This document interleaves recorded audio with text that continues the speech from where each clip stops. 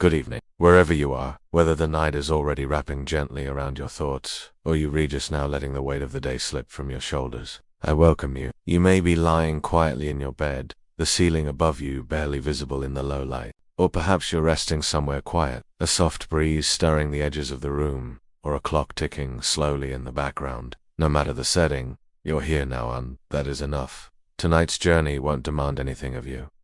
No focus.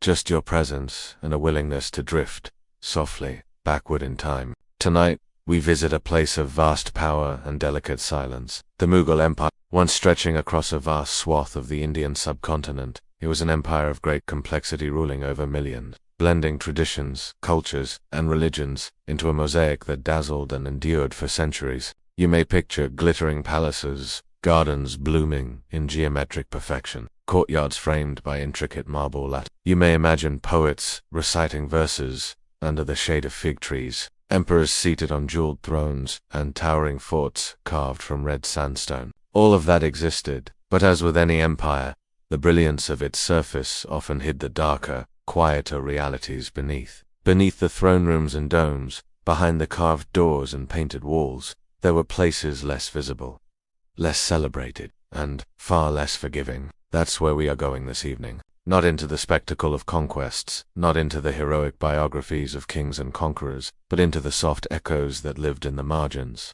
We'll begin our journey in the damp, crowded shadows of a Mughal prisoner world of slow hunger, whispered prayers, and days indistinguishable from one another. There we'll stay a while, listening to the rhythm of the forgotten. From there, we'll rise not into comfort, but into the precarious life of a prince, a man born with access to every luxury, who chose instead a path of spirituality and syncretism. His life was not lost in battle but in politics, family, betrayal, and historical revision. A philosopher princey resty, but not forgotten. Later, we'll visit a city that once stood at the center of Palfitefa Sikri, built in brilliance, abandoned in silence. Its stones still hold stories, even as the wind moves freely where once courts stood, a city born of faith and ambition, now a place of ghosts and unanswered questions. And finally, we will move gently behind the veils of the Zenana, the royal women's quarters. Not quite prison, not quite paradise. A space of immense beauty, influence, and constraint. There, women shaped the empire quietly, subtly, and powerfully, though rarely seen or named. All of this we'll move through slowly. You do not need to keep track. You do not need to stay awake. These stories are not here to demand your attention. They are here to accompany you, gently, as your mind begins to wander. As sleep begins to stretch its fingers toward you, the rhythm of this world, the rhythm of the lives, will glimpses soft and slow. A rhythm of silence, of endurance, of power lived quietly. So, if your eyes are beginning to close, that is welcome. Let them. If your thoughts begin to stray from the words, that too is welcome. This journey doesn't mind where you are, only that you are here. Let us begin then. Imagine yourself waking, but not in your own bed. The air is heavy, the light is thin, the stone beneath you is uneven and cold. There is no window, no comfort, no sound but the shuffling of bodies nearby. The day begins, not with birdsong or sunrise, but with silence. You are in a Mughal prison, and this is how it begins. The first thing you notice is the air. It clings to your skin not with heat, exactly, but with stillness, thick, unmoving, and old. The scent is dense and layered, like earth soaked too long, mingled with sweat left to settle into stone. It's not sharp, not offensive, just ever-present, the kind of smell that stays in your clothes, your hair, your breath. Somewhere nearby, a piece of damp cloth has not dried in days, and the air has taken on its silence. You can almost taste it, a mix of iron, clay, and fatigue. Your body aches, but not from injury more, from the repetition of stillness, from the hardness of the floor beneath you, which has offered no variety, no cushion, no surprise. The walls around you are solid, but not clean, not smooth. They've absorbed everything. Time, touch, noise, everything that has happened here has sunk into them. You don't open your eyes right away. There's no reason. You already know what you'll see, or rather, what you won't. No window, no sunbeam tracing its way across the floor, just a sliver of light high above, thin as a whisper. It shifts, slightly, with the day but never enough to mark time. You learn the hours not by clocks, not by the movement of shadows, but by the changes in sound. The occasional murmur of someone waking, the heavy steps of a guard in the corridor beyond. The mornings begin not with sunrise, but with sound, a groan, the soft shuffle of bare feet across compacted dirt, wood creaking above a door, shifting on hinges that have never been oiled. Someone further down the corridor is retching, quietly. Another is praying, under their breath. The language may be one you don't know, it doesn't matter. Words lose their edge in places like this. They become rhythm, familiar patterns in a world that offers very few. And you stay still. There is no reason to move quickly, no incentive to rise early, no task waiting, only the same corner you sat in yesterday, and the day before that. The cell is crowded, but no one touches. Not if they can help it. There's an unspoken map of space drawn between bodies preserved in silence. The stone beneath you is uneven, worn smooth in some places by the shifting weight of others who came before. There is no furniture, no bedding, no blanket, just a bundle of cloth if you were lucky enough to keep it. Most are not. Somewhere in the distance a pot clatters, metal striking stone. The food is coming, or perhaps just water. Time is difficult to hold on to here. You measure it in absences, in routines that repeat without promise. You look up, briefly. The light through the grate hasn't moved, or it has, but not enough to matter. There's no sun, no sky, no breeze, just brick. The sound of footsteps draws nearer. A guard, most likely. You learn their steps. The heavy ones belong to one who rarely speaks. Another walks with a limpy's approach, always dragging just slightly. They don't speak unless provoked, and provoking them rarely ends well. A rat scurries near the far wall, its tiny feet tapping softly like fingers on drumskin. No one flinches. It's been there before. It will be there tomorrow. You've given up trying to drive them off. They live here, too. A body beside you stirs. Not out of energy, but discomfort. Perhaps a fever, perhaps something worse. No one asks. Sickness is not tended here. It is endured, or not. You let your eyes close again. There's nothing new to see. The walls haven't changed. The cracks are in the same places. Even the shadows are familiar. Time moves, but only barely. And so, you breathe, in, through your nose, the scent of earth, and rot, and sleep. Out through your mouth, into the stillness. There is no sun, no sky, no breeze, just brick, just walls, just time. You awaken not because anything startles you, but because sleepier is more like forgetting than resting, thin and inconsistent, broken by discomfort more than noise, and never truly finished. The air, as always, is damp with yesterday's breath. It sinks low, curls itself into the crevices of the stone floor, and lingers like an old conversation you never quite got to leave. This air doesn't move, it doesn't refresh, it simply is. It holds on to everything: moisture, body heat, the scent of slow hunger. If you draw in too deeply through your nose, you smell layers. The soaked cloth of your makeshift sleeping pad, the acrid tampes of sweat, rubbed into the stone by generations of desperate bodies, and something older, more stamina, kind of earthy musk, as though the walls themselves are made not just of brick but of regret. There is no window in this cell, only a square opening far above eye level, covered by a crude metal grate that filters not light, but time. You have come to understand this sliver of the world, the way a sailor watches the sea tiding, the slow shift of light as it creeps, then fades, then vanishes entirely. It does not mark hours in any modern sense, only a vague suggestion that something outside is changing, while you remain precisely the same. You do not know how long you have been here. No one counts days. Days do not matter.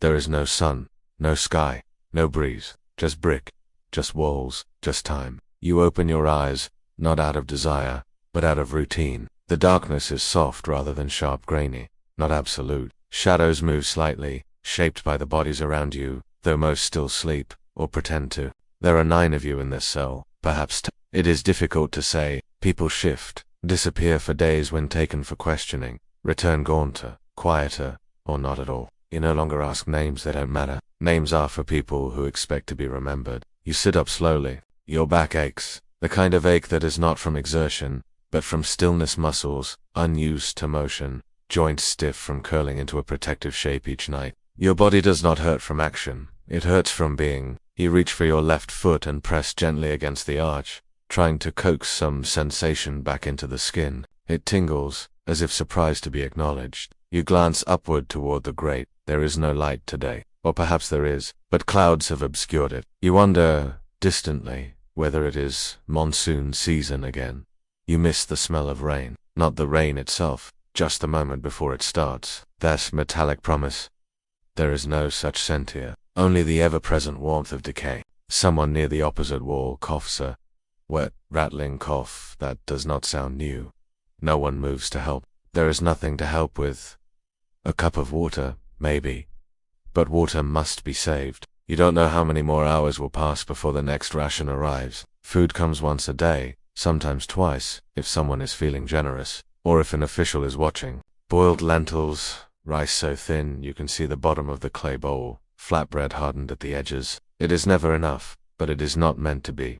You were not brought here to be fed. You were brought here to disappear slowly, without noise. The guards walk past the door now. You know this not from seeing them, but from the particular creak of their boots against the outer wooden floor, from the clink of keys hanging from a loose belt, from the low murmurs exchanged between them. Too quiet to understand, but enough to tell you that for now they are not interested in the cell. That is good. Attention, here, is dangerous. Attention means being noticed. Being noticed means being remembered. And when the guards remember you, it is never in kindness. You lie back against the wall, pressing your spine against the coolness of the stone, trying to steal some relief from it. Even now, with nothing to do, with no obligation, your body is exhausted, not from labor, but from enduring. The kind of tired that accumulates in the bones, in the folds of your thoughts. Your fingers twitch slightly. You've begun losing sensation in them, too, though you try to move them when you can. You do not want to forget your body entirely. You hear someone murmur a prayer near the doorway, quietly, almost lazily, as though they know it is unlikely to be heard by anything divine, but find comfort in the motion of it. The syllables are soft, rhythmic. You do not understand the words, but the tone feels familiar, like rocking yourself to sleep with memory. You remember the sound of temple bells once. You were not religious, not in any strong sense, but you liked the sound.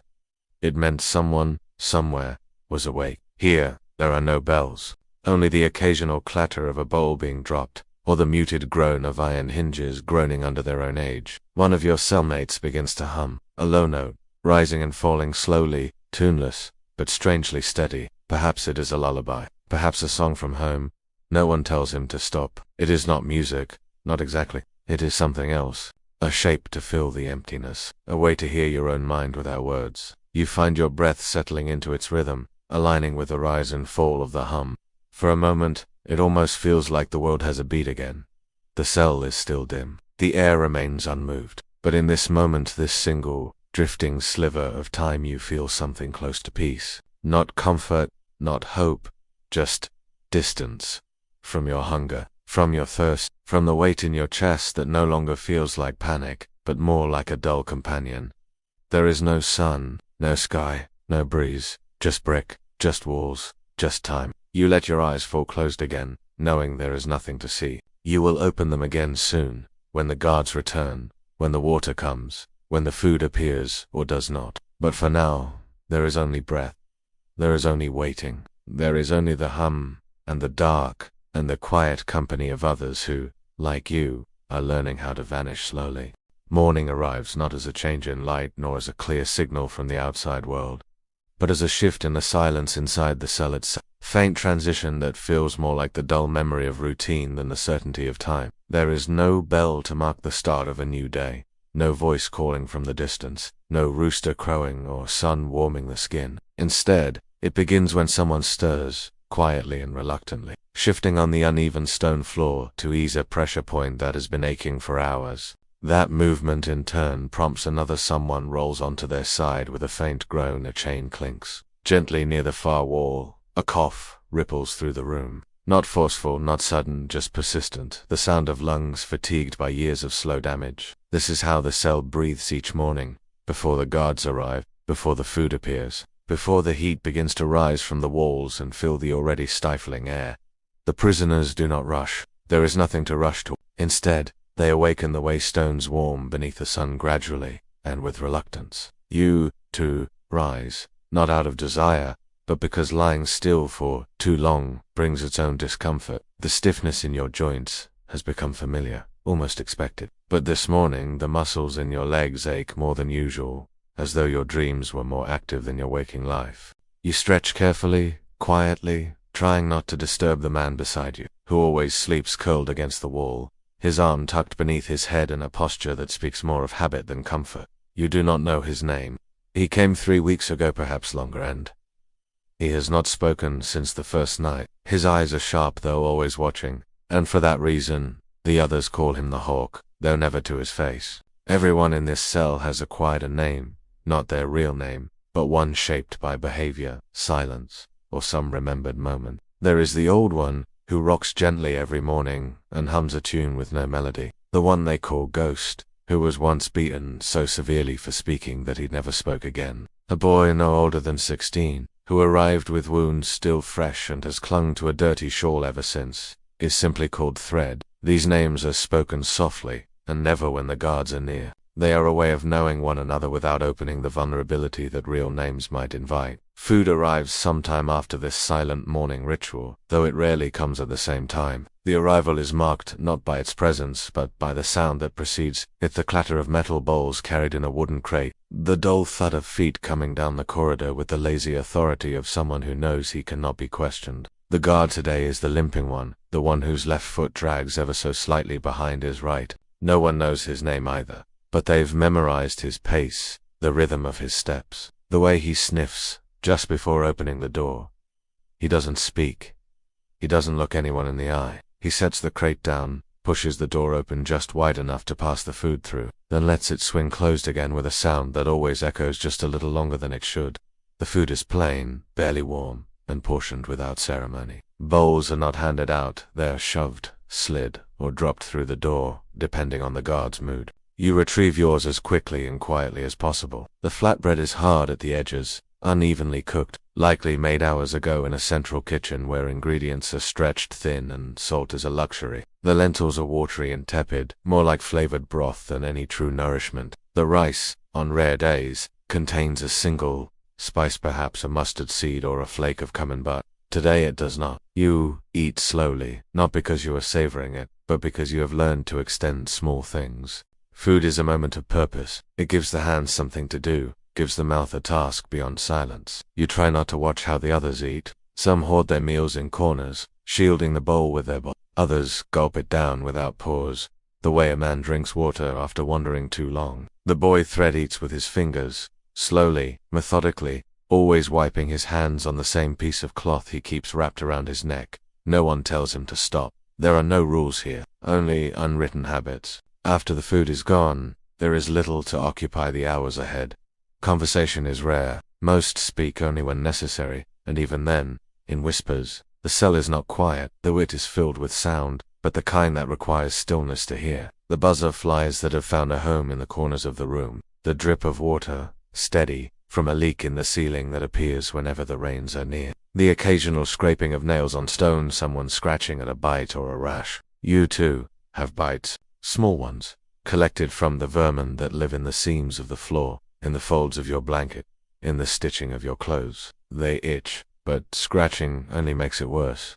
You resist the urge. Your clothing, if it can be called that, is a long tunic now stained and stiff with age. Once it might have been white, now it is the color of dust and dried sweat. The seams are fraying. You've tightened them with threads pulled from the lining, tied knots where buttons used to be. The fabric is rough, and in the heat, it sticks to your skin. When you sit, the seams pinch. When you lie down, they stretch. You've grown used to it. You have no shoes. No one here does. Feet are bare, except for the bandages some wrap around open sores or swelling. Bandages that are reused, unwashed, thin as breath. The cell's one chamber part is in the far corner, shielded only by the etiquette of turning one's back.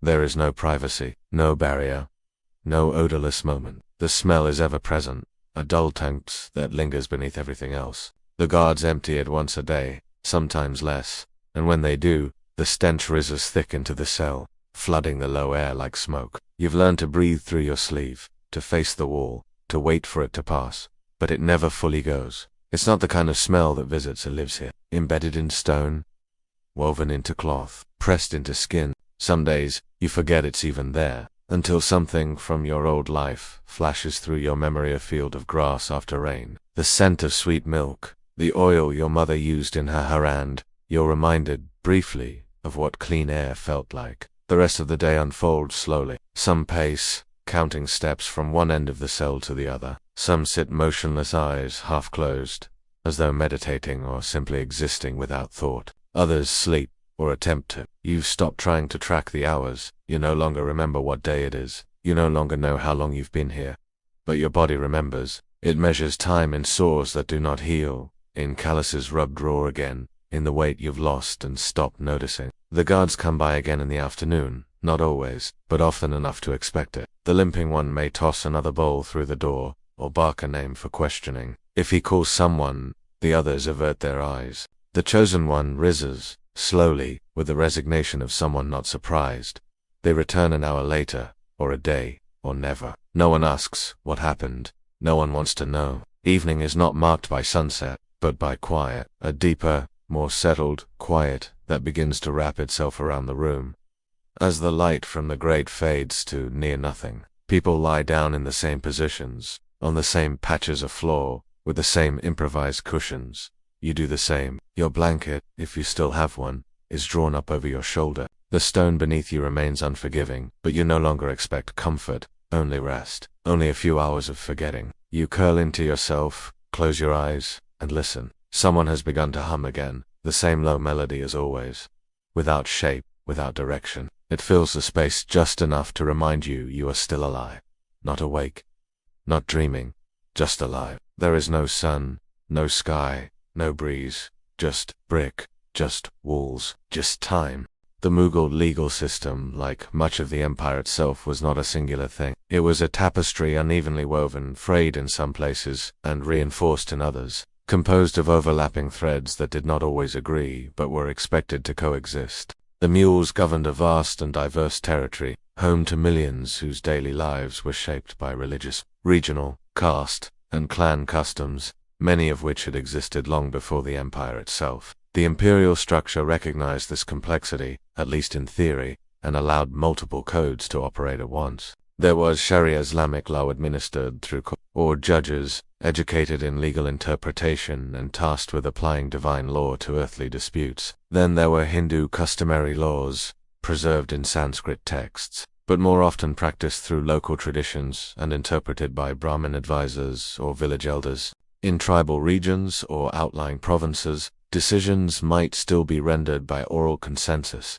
enforced by familial or caste authority, shaped less by precedent than by proximity and memory. And over all of this, there stood the imperial will, firm, shifting, absolute when convenient, vague when not. The emperor was the final court, the voice above all voices, whose decisions could affirm, contradict, or ignore the layers beneath him. In practice, this meant that justice was deeply uneven. Some were judged by faith, others by class. A man could be tried under Sharia in one province, but face local codes in another. A noble might appeal directly to court. A peasant, by contrast, might never even learn the charge against him. This is how many of the men in your cell came to be here. Their reasons for imprisonment are as varied as the empire itself, and in many cases, as unknowable. No charges explained. But if you really listen, you begin to gather fragments of their stories, spoken softly in the darkness. Half confessions murmured into sleepless nights, truths wrapped in ambiguity and exhaustion. One man was once a cloth merchant,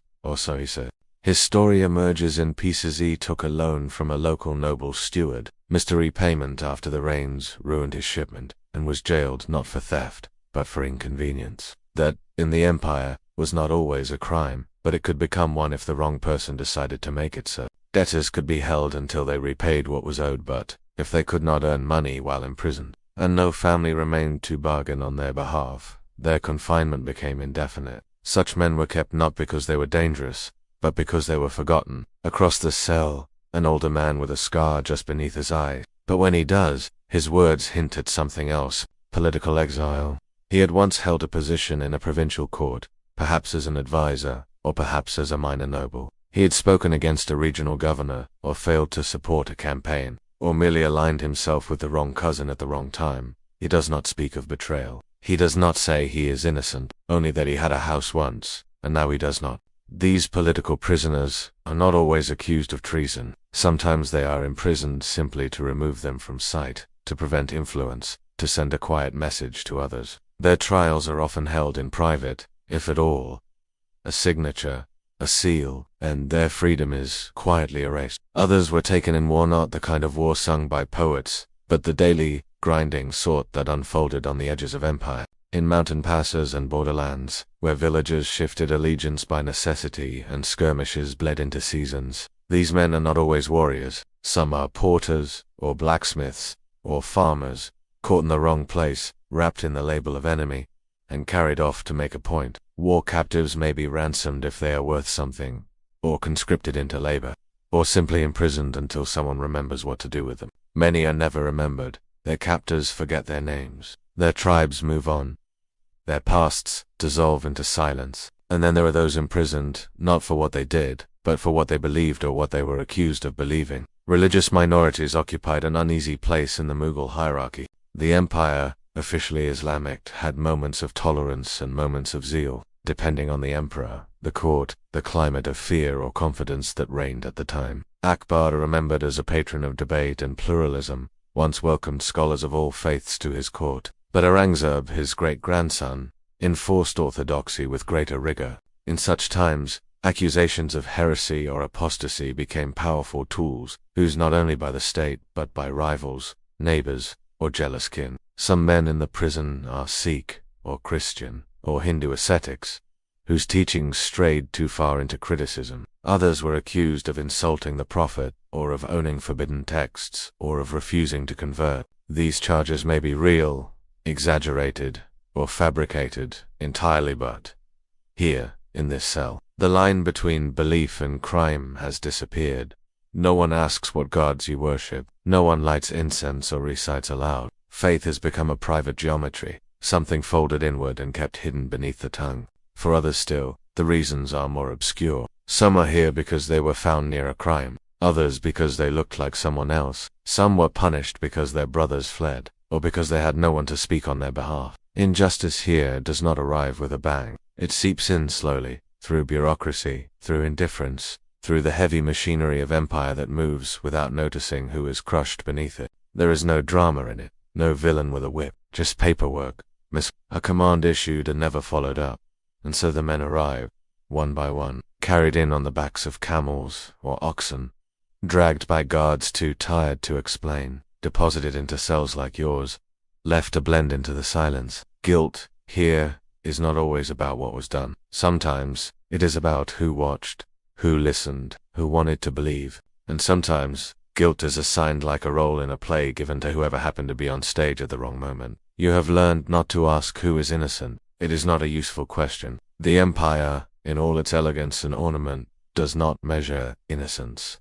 It measures utility. And when someone becomes inconvenient, too loud, too poor, too loyal to the wrong banner, they are removed, quietly. No trial, no defense, just silence. And silence, here, is the final sentence.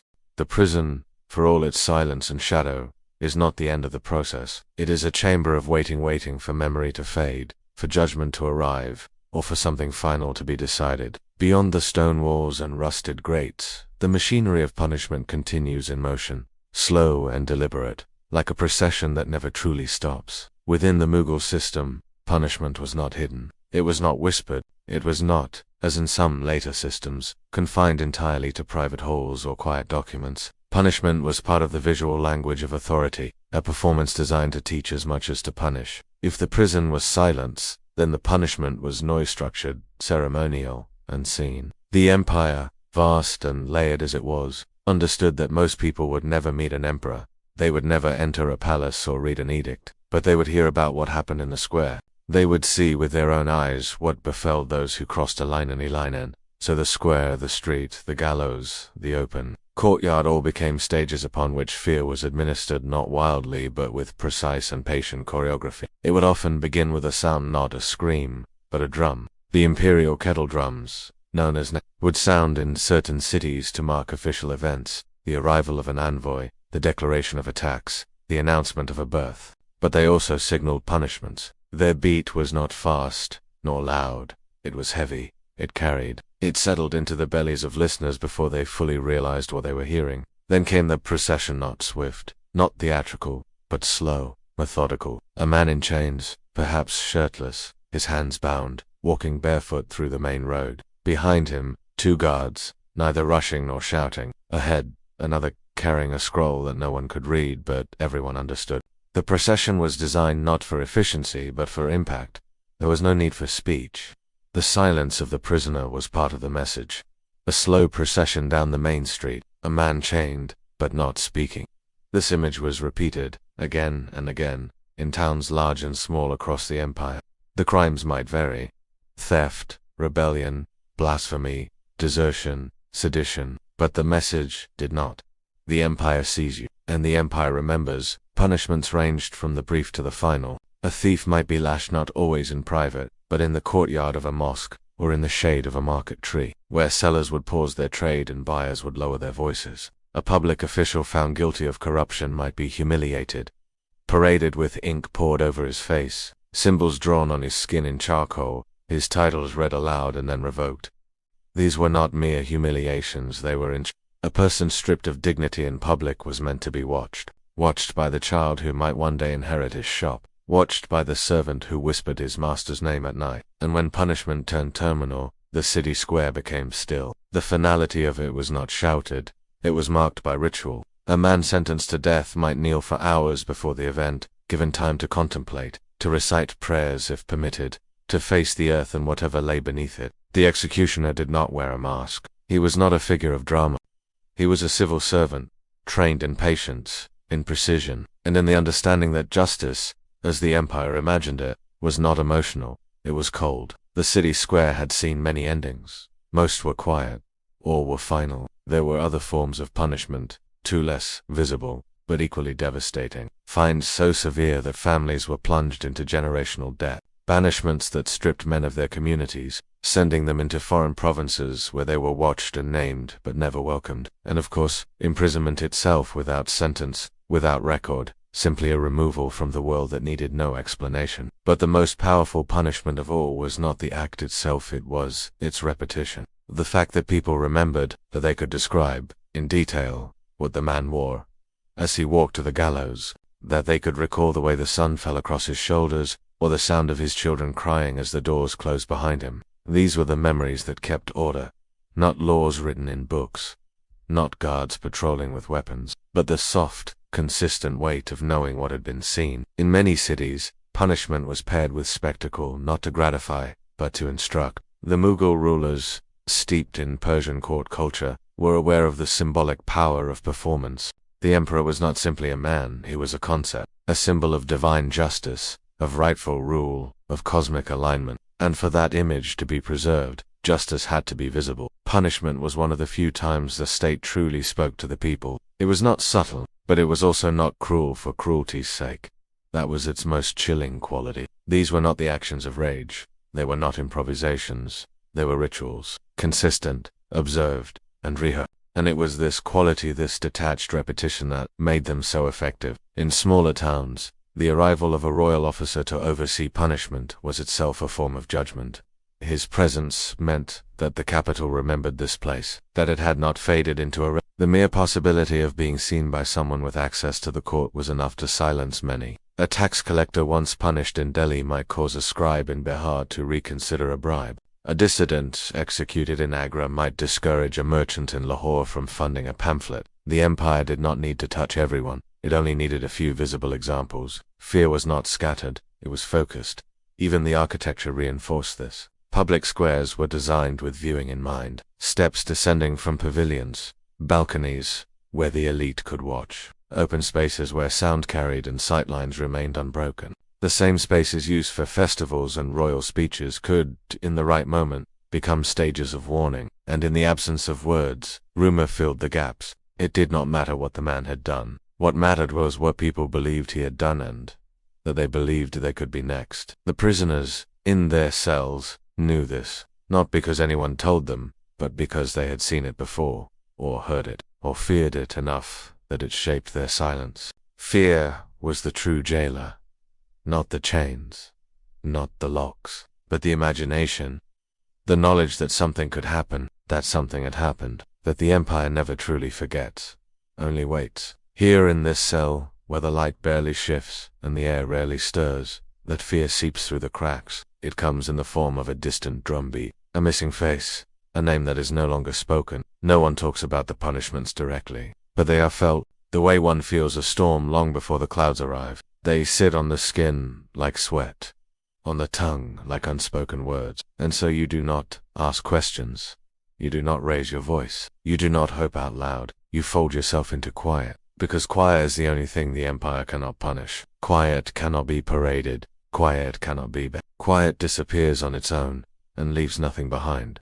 Even in places designed to extinguish it, humanity has a way of enduring. It doesn't shout or march, not here. It does not arrive with banners or declarations. In this place, humanity is quiet. It waits. It looks for corners. It survives not because it is strong, but because it is small enough to slip past the notice of cruelty, small enough to fit between cracks in the stone or beneath the iron gate. And, sometimes, when the air is still and the routine has settled into its slow, familiar rhythm, something unexpected arrives. A visitor. Not a relative or friend, those are rare and usually denied, but someone from outside nonetheless. An old man in grey robes, hair bound beneath a soft cap, walking slowly, leaning on a wooden staff polished smooth from years of use.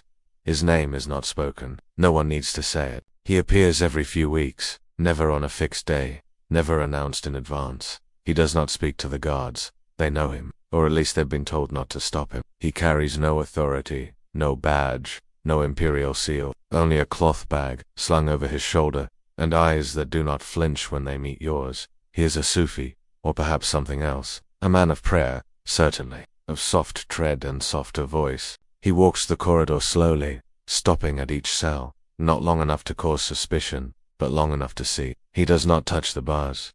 He places his hand near them, close, but not resting, as if the distance matters. When he stops at your cell, the room stills, not in fear, but in anticipation. Everyone knows he will not save anyone.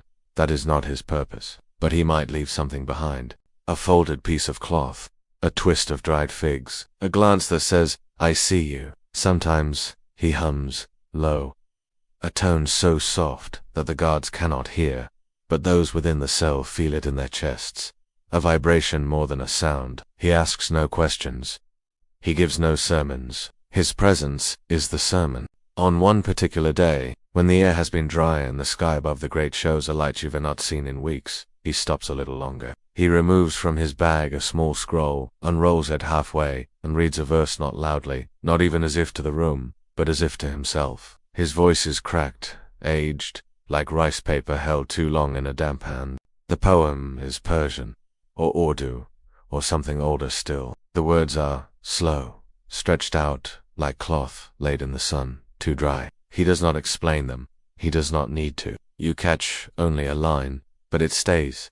Even a seed, beneath stone, waits for the weight to shift. Then he rolls the scroll back up, nods once, and continues down the corridor, leaving behind a silence that feels different from all the others. Another day, one that blurs with others in memory. A guard you've come to know for his silence and heavy boots lingers after delivering the midday bowl. He doesn't speak, as usual, but instead of leaving, he crouches near the bars, pulling something from inside his coat. It is a square of bread, still warm, wrapped in cloth. He doesn't look at anyone in particular. He sets it down just within reach, mutters something under his breath, and walks away. No one moves right away. The room holds its breath.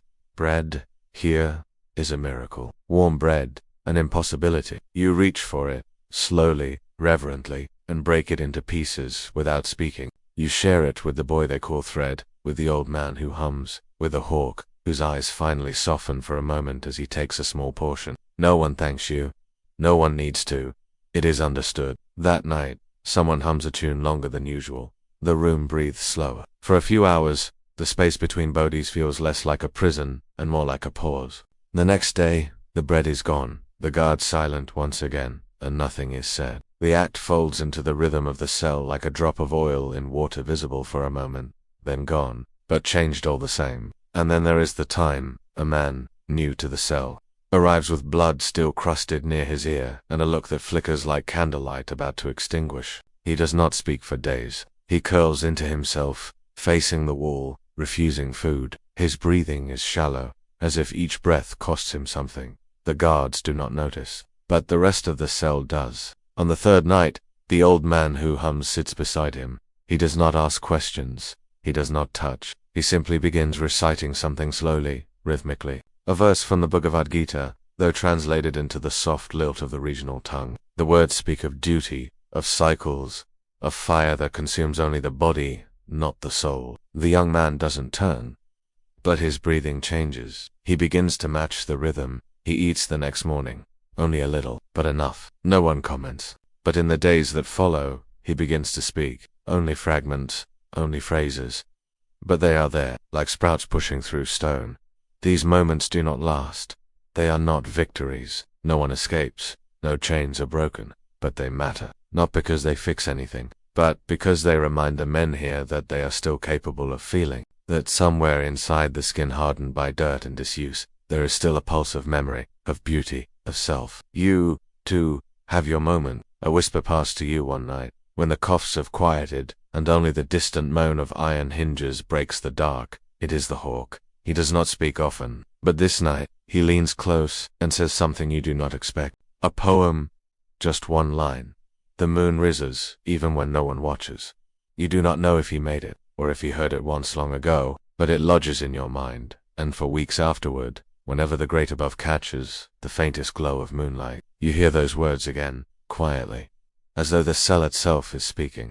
These moments never change the outcome. They do not open doors or shorten sentences, but they change something else. They remind you that cruelty, no matter how systematic, cannot fully erase connection. That even in a place meant to vanish the self lingers. It hums. It shares. It remembers. And so, each day, you wait not for release, not for pardon, but for the next unexpected moment. A kind look. A remembered verse. A gift too small to explain. Because here, in the stillness, humanity does not shout. It whispers, and in the silence that follows, you listen. The mind, when denied stimulation, begins to reach inward. At first, it resists. It taps at the walls, searches for noise, for pattern, for anything outside the body that might offer its shape. It listens to footsteps, to coughs, to rats, to the dripping of water from some unseen corner. But over time, as the hours fold into one another, and each day carries the same texture as the last, something inside begins to unravel, not violently, not suddenly, but softly. The mind stops reaching outward and turns, instead, toward itself. It combs through memories, even the ones long dulled by time, brushing the dust from forgotten moments. It revisits old paths, familiar rooms, the edges of once important days. But even memory thins. Eventually, the body does not move enough to feed it new impressions. The voice is used too rarely to keep the words supple. The eye sees only the same walls, the same faces, and slowly, detail begins to blur. And so the mind does what it must. It begins to create, not fantasies, not delusions, but repetitions dressed in new shapes. A shadow on the wall that becomes a mountain pass. The sound of a bowl scraping stone that becomes a chisel against marble. A dream that starts as a breath and ends as a garden. You find yourself dreaming more often, not only in sleep, but in waking moments where your eyes have grown too tired to stay open and your thoughts too heavy to hold. In these dreams, you are not yourself, or you are, but younger, or somewhere else, or carrying a version of your body that is lighter, freer. One night, you dream of a river, not the real kind, not muddy or swollen or edged by shouting traders, but a still river, wide and soft and endlessly slow. You do not swim in it. You float beside it. You walk its bank without shoes, the grass cool against your soles. You follow it past trees you do not recognize, with leaves shaped like hands, and birds that never lift from their branches. You are not moving toward anything. You are not fleeing. You are simply walking. And that is enough. On another night, you dream of mango trees. Not in a grove. Just one, tall, green, bending under the weight of its fruit. The air is wet and fragrant, not with rot, but with ripeness. A fruit falls. You pick it up. You feel its warmth, as though it has been waiting for you. You bite into it. The taste is not sharp, not cloying, just full, like memory turned solid. You wake before finishing it, and the ghost of that sweetness stays on your tongue longer than you expect. There is one dream that comes often. It is not vivid, not even linear. In it, white cotton hangs on a line, moving in a breeze you cannot feel, over a courtyard you do not recognize. A woman, faceless, moves among the linens, folding them, humming something wordless. You are not a part of this dream. You are only watching. But the watching is enough. The movement is slow, gentle, and when you wake, you find that your hands have curled as though holding cloth, and your breath has matched the rhythm of her folding. You do not tell anyone about this dream, not because you fear being mocked, but because speaking it aloud might fracture its edges. Others dream too. You can see it in their eyes when they return from sleep. The way the boy they call Thread blinks slowly, as though struggling to decide which world is real. The way the old one smiles sometimes at nothing, lips moving in silent conversation with someone long gone. Even the hawk, who rarely closes his eyes, sometimes stares into the corner of the cell as if watching something unfold, something that does not include you. No one talks about these things, not directly, but in the long silences between the coughs and the scraping of bowls, you hear breathing change. A sigh, a murmur, a name spoken too softly to be recognized. These are the only visitors allowed, and they ask for nothing in return. The days do things to the mind. They bend time, stretch it, fold it back onto itself. You forget how long it has been since you last saw sky that wasn't tea-filtered through iron. You forget what a crowd sounds like. You begin to confuse the colors in your memory. Was your home painted blue or green? Did your mother's voice rise when she laughed, or fall? Was the river near your village always that wide? Were the coins in your father's pocket warm from his hand, or just the sun? You remember everything and nothing, and so the dreams become your tether not to truth, but to sensation. You let them come, because without them, the hours would be too still, too sharp, too long. Sometimes, when you are not asleep, you hallucinate but not in ways that disturb you. A glint of gold near the stone wall turns out to be a beetle. The whisper of a voice is only the wind shifting through the corridor. A distant melody is the wind catching a crack in the stone. You do not correct these impressions. They are harmless. They are, in some ways, comforting. Your mind is reminding you that it can still imagine, that it can still build. There is no madness here, not the kind people fear. There is slowness, disassociation, a kind of gentle erosion of certainty. You do not forget your name. You simply stop needing it. You do not forget what year it is. You just stop counting. You are not breaking. You are softening. The way paper softens in water. The way sand softens in shadow. Some prisoners resist this inward turning. They scratch notes on the war tallies, verses, prayers. They recite stories aloud each morning to anchor themselves. But even they begin to let go, eventually. Not all the way, not violently, but just enough to let the world inside be bigger than the one outside. Just enough to let memory and dream blend. You do not fear these shifts. You welcome them, because when your body is bound and your hands have nothing left to hold, your mind becomes the last place that is truly yours. The dreams do not demand anything. They do not punish or confuse. They drift in like mist and settle around you like a shawl. They offer you silence that is not empty. And in that silence, you find something resembling peace. You sleep more now. Not always deeply, not always well, but enough. And when you dream of rivers, of mango trees, of a breeze through white cotton. You dream of things you have never had, and of things you have forgotten you once did. And when you wake, though the cell remains unchanged, though the walls are still close and the air still heavy, something within you feels slightly rearranged. You do not call it hope. You do not name it anything, but you carry it with you, like a thread tucked inside your palm, light, quiet, real. Before he was a prisoner, he was a prince, and not just any prince. Not one of those many royal sons whose names flutter briefly through palace records like wind through embroidered curtains, but the prince, the heir apparent, the voice that echoed in marble halls, the ink on which the future was supposed to be written. Darashikoh, elder son of Emperor Shah Jahan, and Empress Mumtaz Mahal, was born into the kind of comfort most could only describe in metaphor.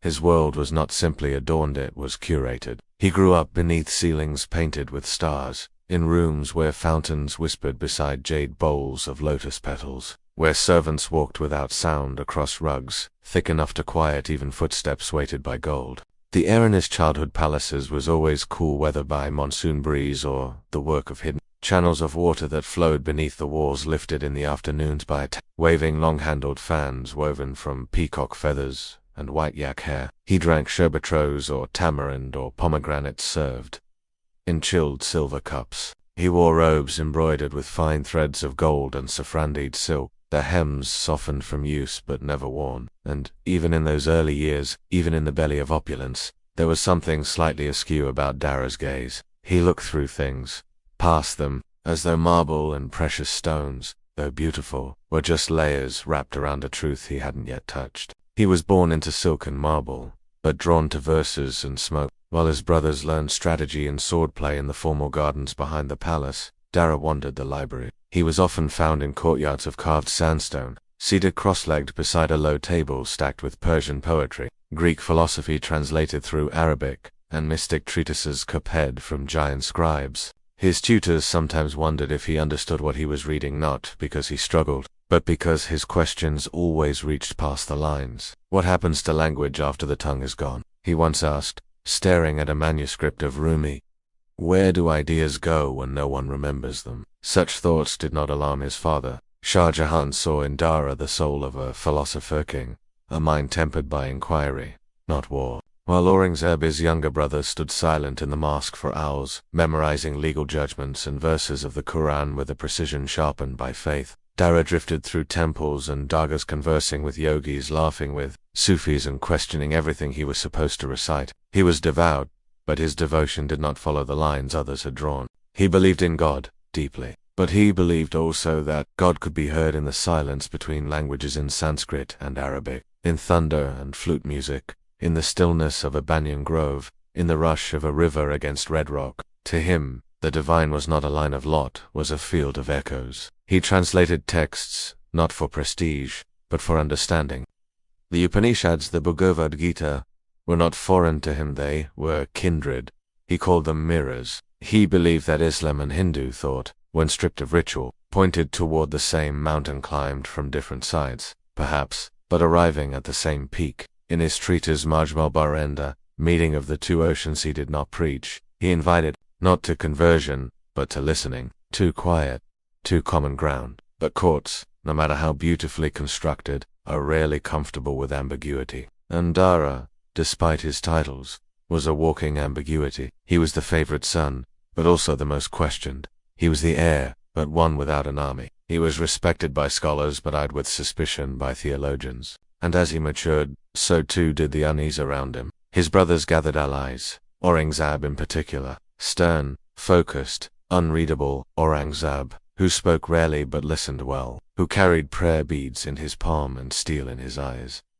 He saw Dara's inclusiveness not as strength, but as weakness, or worse, as heresy. And though the court remained polite, the distance between the brothers widened. Dara perhaps did not notice, or perhaps he did, and chose not to care, and then came the fall.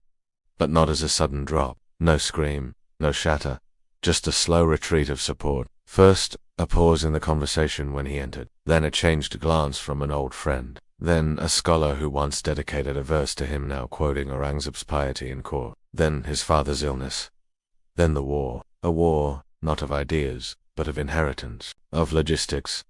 Of Iron Dara tried, he gathered an army, not of zealots or hardened generals, but of men loyal more to vision than victory. It was not enough. At the Battle of Samoga he rode not like a prince of vengeance, but like a man still hoping to be understood. He wore white, he hesitated, and he was crushed, not brutally, just inevitably.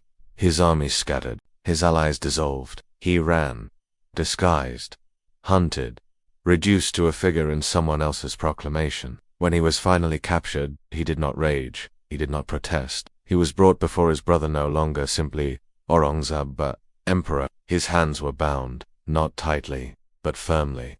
He did not wear silk. His robes were stained with travel, torn near the hem. He had not shaved. His face looked older than his years. Yet he stood with his back straight, and when asked to kneel, he did so without drama. The trial was brief. His writings were cited, not as philosophy, but as deviation. His associations, those long conversations with Brahmins and Sufis, were presented as proof of apostasy. No voice defended him. His name, once sung in the halls of Lahore and Agra, was now said only with caution. The verdict was expected. He was not executed in public. That was unnecessary. He had already been erased in every way that mattered to the court. His body was returned to the earth without procession, his grave unmarked, and the man who once read Rumi beneath carved arches was now remembered only in silence. But even in this silence, the contrast lingers. The image of a boy sipping sherbet beneath jasmine vines now lives beside the image of a man walking barefoot in chains. The scholar prince, who once held debates by moonlight, now reduced to a footnote in the chronicles his brother commissioned. Yet there is something enduring in the contrast itself, because it speaks not just of tragedy, but of continuity. Dara Shiko's end was not a collapse, it was a folding of light into shadow, of potential into memory. And here, in this moment, as we let his story breathe in the space between thoughts, we remember that some lives are not measured by how long they reign, but by how long their questions echo. Dara Shikoh did not seek power in the way his ancestors had. While the Mughal emperors before him drew their strength from conquest, from precise ledgers and military maps, from strongholds built to impose in corridors, built to surveil, Dara's vision of authority was softer, subtler shaped, less by force than by understanding. For him, the divine was not a sovereign to be obeyed, but a mystery to be approached gently, humbly, and without armor. His nights were filled not with strategy but with scripture, and not just the ones inherited from his lineage. He read the Quran, of course, with the intimacy of someone raised in its cadence, but he also listened to the Vedas being chanted at dawn, to Jain ascetics whispering koans beneath fig trees, to Sufi mystics singing in the early hours when the city's noise had not yet stirred. He believed that God could be heard in many languages, not in contradiction but in chorus. This belief was not abstract for him. It shaped everything: how he read, how he governed, how he sat in a room. His respect for the sacred was not limited to a single text. He believed that divine truth, if it existed, must be large enough to contain nuance, that it must speak differently to different people, not because the message changed, but because the listeners did. He immersed himself in their metaphors that stretched beyond image and into essence. In them, he found echoes of Tawhid, the oneness of God, described not through decree, but through dissolving boundaries where self and universe became indistinguishable. And knowledge came not through assertion but through surrender. The phrase Tat Tivam Asai Thou Art that moved him deeply, not just as a metaphysical idea, but as a lived experience. It reminded him of Sufi teachings, where the seeker must lose himself to find the real, where the self becomes a mirror, polished until it reflects nothing but the divine. The parallels did not alarm him, they comforted him. To him, it meant that truth could be approached from many paths.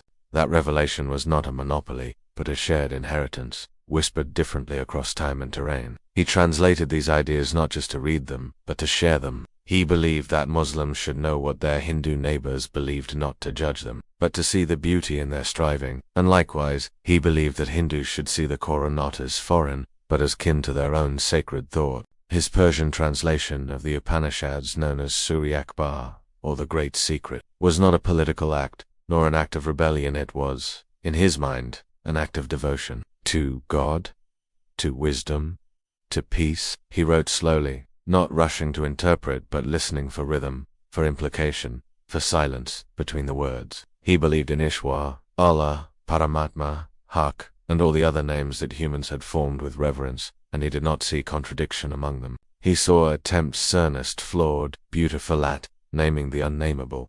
In his eyes, Tawhid and Advaita were not rivals. They were reflections. Tawhid, the assertion of divine unity, central to Islam, meant that nothing existed but God, that all multiplicity was illusion, that the real was and Advaita, the Hindu philosophy of proclaimed the same with different language, different texture.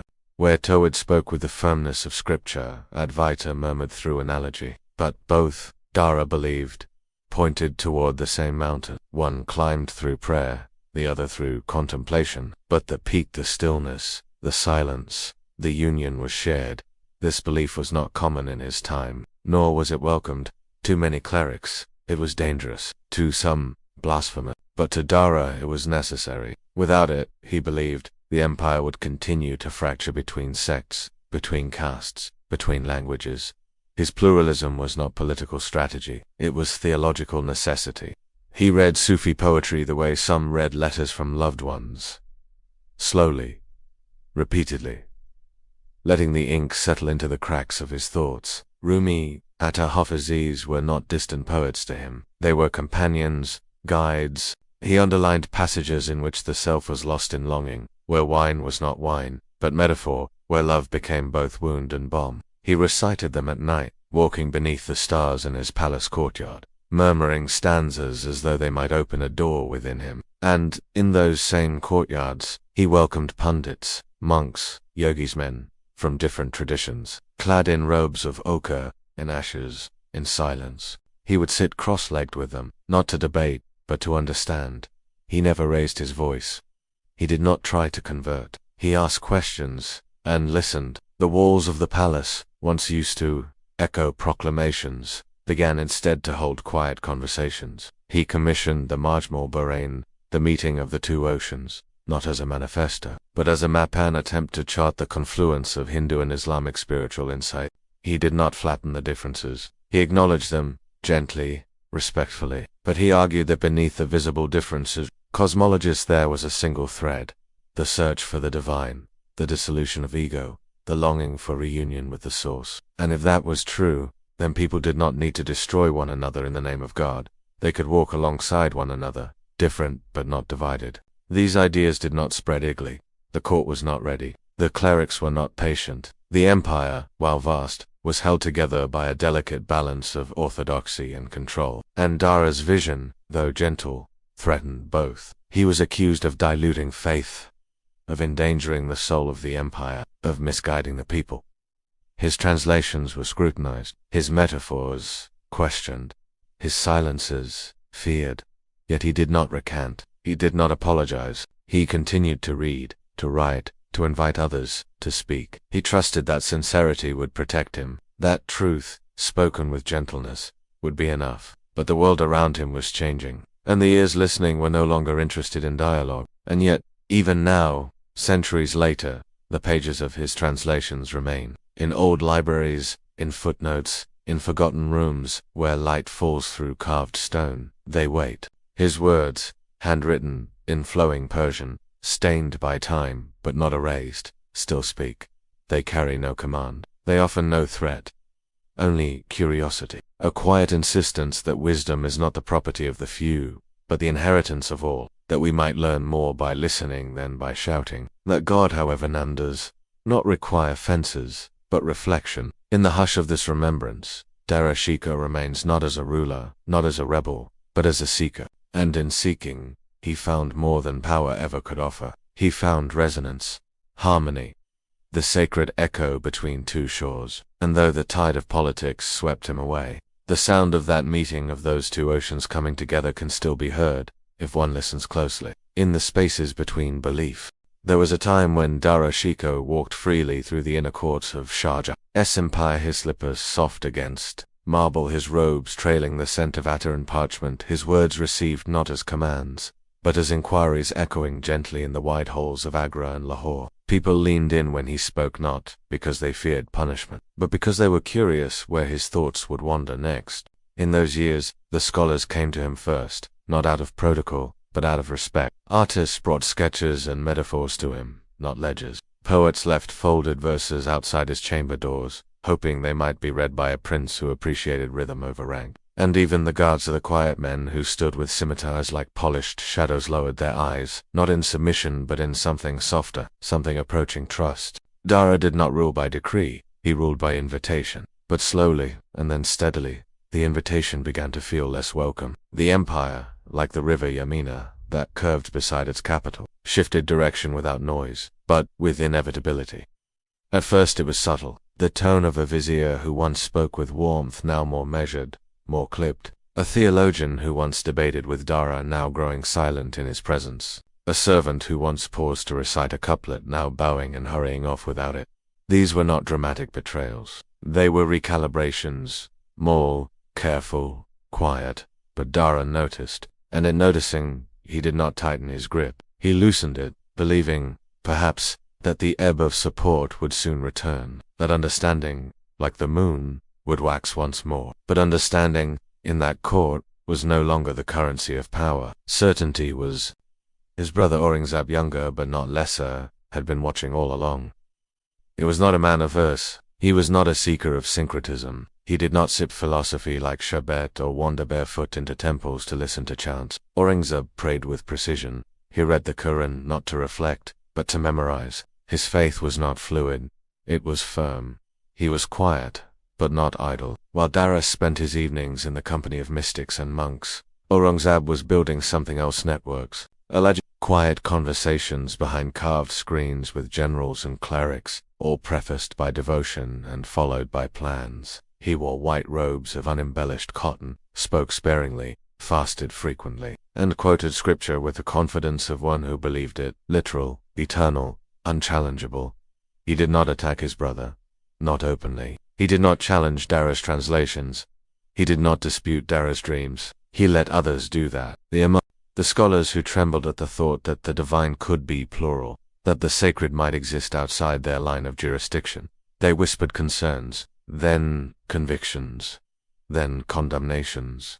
Not loudly, and where Dara met those whispers with tolerance, with extended hands, Aurangzeb met them with silence. And silence, in court, can be more persuasive than words. Soon, the contrast between the brothers became too stark to ignore. Dara with his eclectic gatherings, with his Upanishads and his incense, with his questions about unity and longing, and Aurangzeb with his rosary beads and fasting days, with his straightforward theology and sharp memory. One offered metaphor, the other rule, and in an empire already bruised by rebellion and fractured by caste, region, and religion, the court began to shift its weight, not because Dara was wrong but because Aurangzeb felt safer. Predictable, familiar, manageable.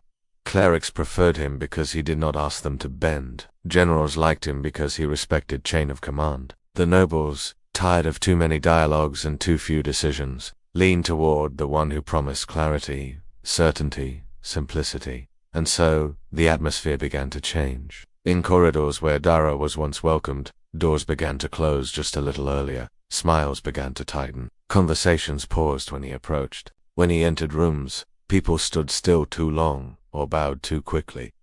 These were not acts of betrayal. They were acts of calculation. The empire was not turning against him out of malice. It was turning toward survival. And survival, in times of unrest, often wears the robes of orthodoxy. Dara, for all his intellect, did not maneuver in time.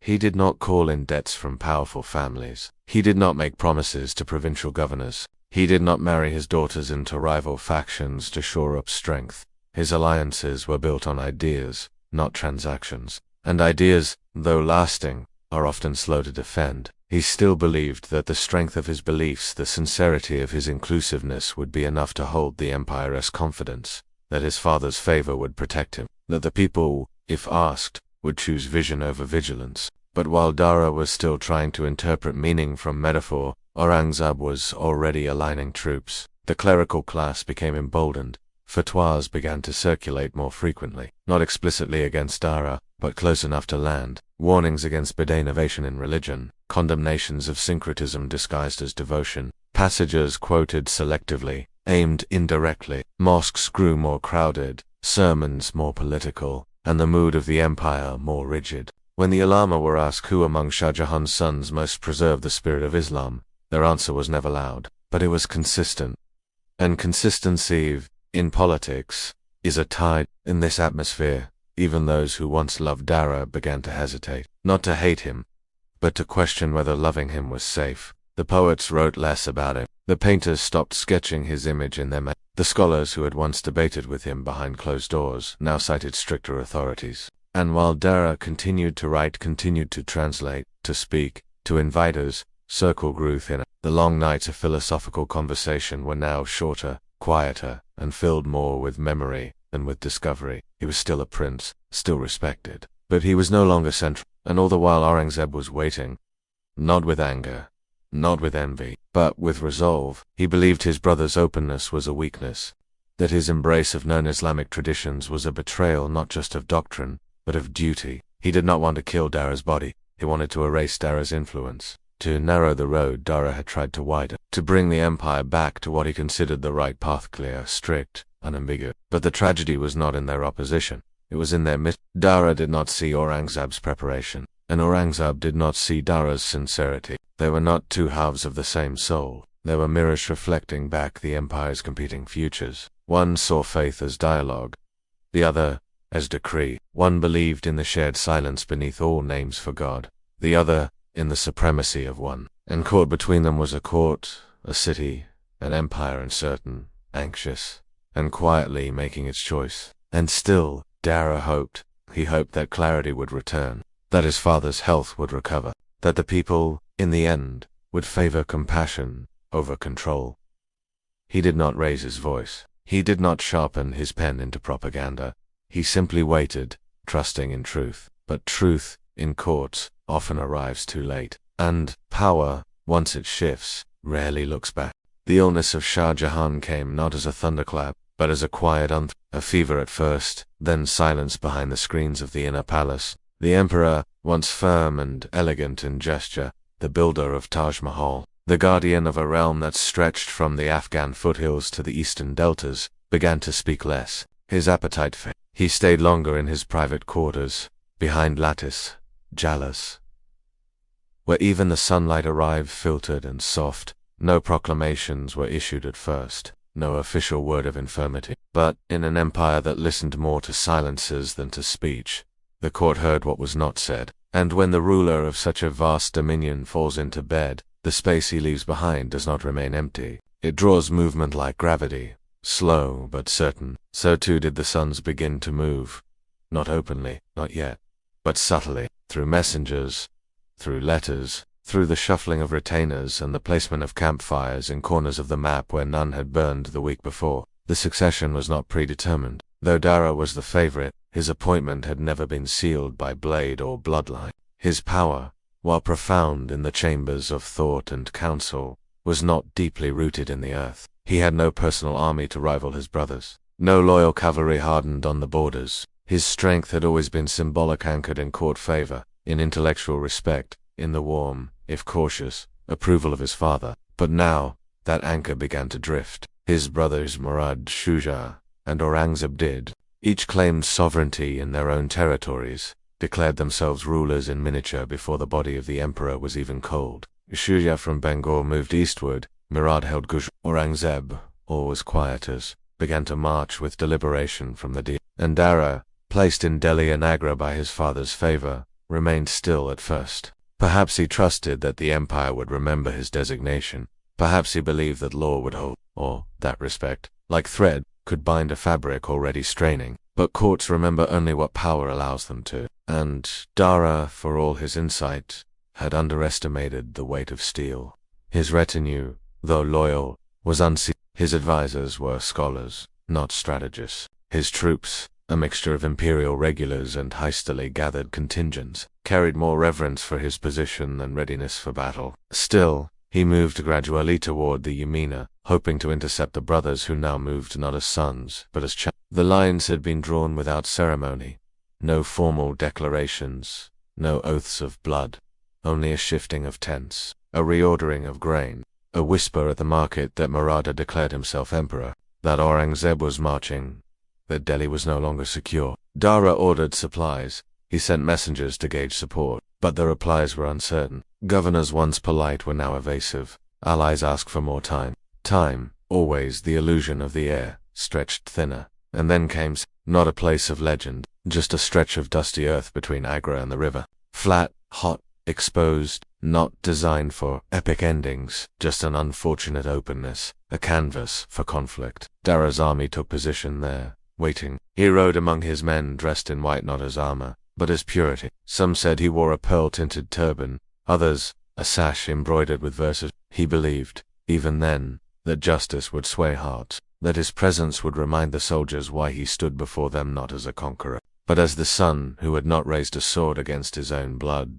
He gave orders, not loud, not precise. There was no great war cry, no thunder of drums, only the clinking of weapons, the murmuring of horses, and the dry wind passing between banners. Aurangzeb arrived with his army arranged in quiet, perfect rows, no flare, no grandstand. His generals moved without flourish. His men obeyed without noise. The difference between the two camps was not visible in number, but in tension.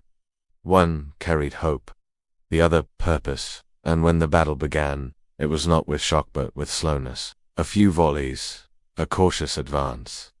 Dust rising, men shouting, not from fear, but from the confusion of poorly relayed commands. Dara's cavalry, more devoted than disciplined, surged too soon. His war elephants magnificent, immense lost cohesion, turning in the soft earth, disrupting his own lines. There was no bloodbath, no cinematic collapse. Just unraveling. One mistake, then another. The kind of defeat that creeps in through miscommunication and ripples outward, until all movement becomes retreat. Dara tried to regain control. He shouted instructions. He rode along the lines, urging unity. But the soldiers could see it in his eyes. He was not a general. He was a man trying to protect something he had never learned to wield. And soon, even the dust seemed to turn against him. By midday, his forces had split. Some fled. Some surrendered. Others simply stopped fighting, unsure of whom they served now. And Dara, dressed in white, became visible. His figure, once revered, now marked him for flight. He withdrew slowly at first, then faster toward Agra, not in disgrace, but in solitude. Behind him, Aurangzeb did not gloat. He did not pursue with cruelty. He knew that the battle had been won not with force, but with inevitability. And inevitability needs no trumpet. Dara would spend the next months in exile, wandering from fort to fort, seeking refuge. He was received in some places with hospitality, in others with caution. The loyalty he inspired was real, but localized, fragmented. His letters' earnest philosophical carried less weight now. They arrived late, or not at all. His father, still alive, still sequestered in the Red Fort by Aurangzeb's will, could offer no protection, only memory. And Dara, who had once commanded conversations across religions and regions, now moved with fewer followers, fewer supplies, and fewer illusions. The war of succession had not been a clash of titans. It had been a slow rebalancing, a shift of trust, a quiet choosing. In the end, he was captured not by armies, but by betrayal. An old ally, tempted by reward or safety, turned him in. He was led to Delhi, not in triumph, not in chains of spectacle, but quietly, through side streets, with guards who did not speak. His final journey was not lined with cries of shame, only with stares of uncertainty. He had once stood poised to inherit the peacock throne, and now he walked beside those who served the man who sat on it. But Dara, even in defeat, did not lose his stillness. He asked for books. He spoke little, and when the sentence came, it was not. It was delivered like a scroll rolled, read, and retracted. No one cheered, no one sang. There was no crowd, only silence. His death, like his fall, was not spectacle. It was subtraction, the quiet removal of a man who believed the empire could be held together by understanding. It did not happen all at once. No fall does. Really not, when the man falling has already lost his command, his home, his name in proclamations, and the ease with which doors once opened before him. Dara Shikoh was not dragged to his end. He was carried there by the slow current of forgetfulness, betrayal, and the soft reweaving of loyalty toward someone else. When he was captured, there was no fight, not because he had none left, but because to struggle would have been theatrical, and Dara had never been theatrical. He was tired, but not broken, quiet, but not mute. When they came for him, they did so with measured steps. A household that once protected him had shifted slightly, just enough to allow others through its gate, just enough to not ask questions when they left with him. He did not beg, he did not protest. He walked, not slowly, not proudly, just with resignation, a pace neither hurried nor delayed, the kind of walk one has when one already knows how the story ends, and has chosen, gently, not to interrupt it. He was brought to Delhi under guard, but not in chains that rattled. He was not displayed in the way that some prisoners are paraded, brought out for the public to witness, to mock, or to pity. No. His arrival was quiet, almost invisible. A dusk hour when the sun touched the tops of the domes, and the city's noises shifted from labor to prayer. The people who passed him in the streets were not sure whether they recognized him. Some looked longer than they should have, others looked away. He wore no royal sash. His beard had grown longer. His clothing, though clean, was simple, without embroidery, without fragrance, but his eyes still carried depth. Not fire, but weight, a heaviness that comes not from fear, but from the knowing that one's truth has not found its time. He was held in the citadel for several days, perhaps longer. Time inside walls is measured not by clocks, but by the echo of footsteps, by the change in the temperature of water, by how the light shifts across cracks in the stone floor. No one tortured him. No one tried to extract confession. There was no need. The court already had what it required. His presence, his living presence, was enough. The judgment had been decided long before the process began. The trial was only a ceremony, less a court of justice and more a room where paperwork was arranged to resemble fairness. A procession of clerics, scribes, and officials filed in and out. They spoke not to Dara, but around him. Passages were read aloud, references to his writings, his translations, his conversations with pundits and monks. Words he had once spoken softly in gardens were now repeated in darker halls as evidence not of inquiry, but of error. There was no outburst, no demand for explanation. The questions asked were not meant to be answered. The answers were written before the ink dried. He was charged with apostasy, with heresy, with deviating from the accepted tenets of the faith that his father had sworn to uphold. His writings Majmul Bahrain, Siri Akbar were recast, not as bridges between traditions, but as threats to the singular truth now claimed by those in power. And though the trial was public only in name, the word spread quietly, like smoke under doors. People knew. They knew that the prince who once debated with yogis beneath domes was now on trial for believing too many things at once. But there were no protests, no petitions, just silence. And silence, in an empire, is not always fear. Sometimes it is simply fatigue. The verdict came with formality. A declaration, sealed and handed over by a messenger, who did not look up when he delivered it. Dara was not surprised. He did not weep. He did not speak at length. He may have nodded. Or he may have said nothing at all. The records do not agree, and perhaps it does not matter. The man who had once written that all names for God were names of longing had no more need for titles or defenses. He had already been erased from the court's memory. What remained was only a task to be completed, a record to be closed. His execution did not take place in the center of the square. There was no crowd, no public reading of the charges, no drawing of the sword before a roaring audience. The space between sentence and silence was short, efficient, without ceremony. His life, once surrounded by the whispers of scholars and the stirrings of music and meaning, ended in a space where no names were spoken aloud. The moment itself has no surviving detail, no description of the room, no record of what words, if any, were exchanged. And that is perhaps fitting, for Dara, who had lived among languages and sought the divine in silence, left the world not with sound, but with absence. His body was buried without procession, not in the marble tomb he might have once inherited, not beside the emperors whose lineage he shared, not even in a marked grave. His resting place remains uncertain, a patch of earth somewhere between the corridors of memory and the pathways of denial. His name, for a time, was struck from the records, portraits removed, verses forgotten. The prince who had translated wisdom across languages, who had walked barefoot into temples and translated was now treated as though he had never existed. Even his execution, whispered between officials, was spoken of in euphemism.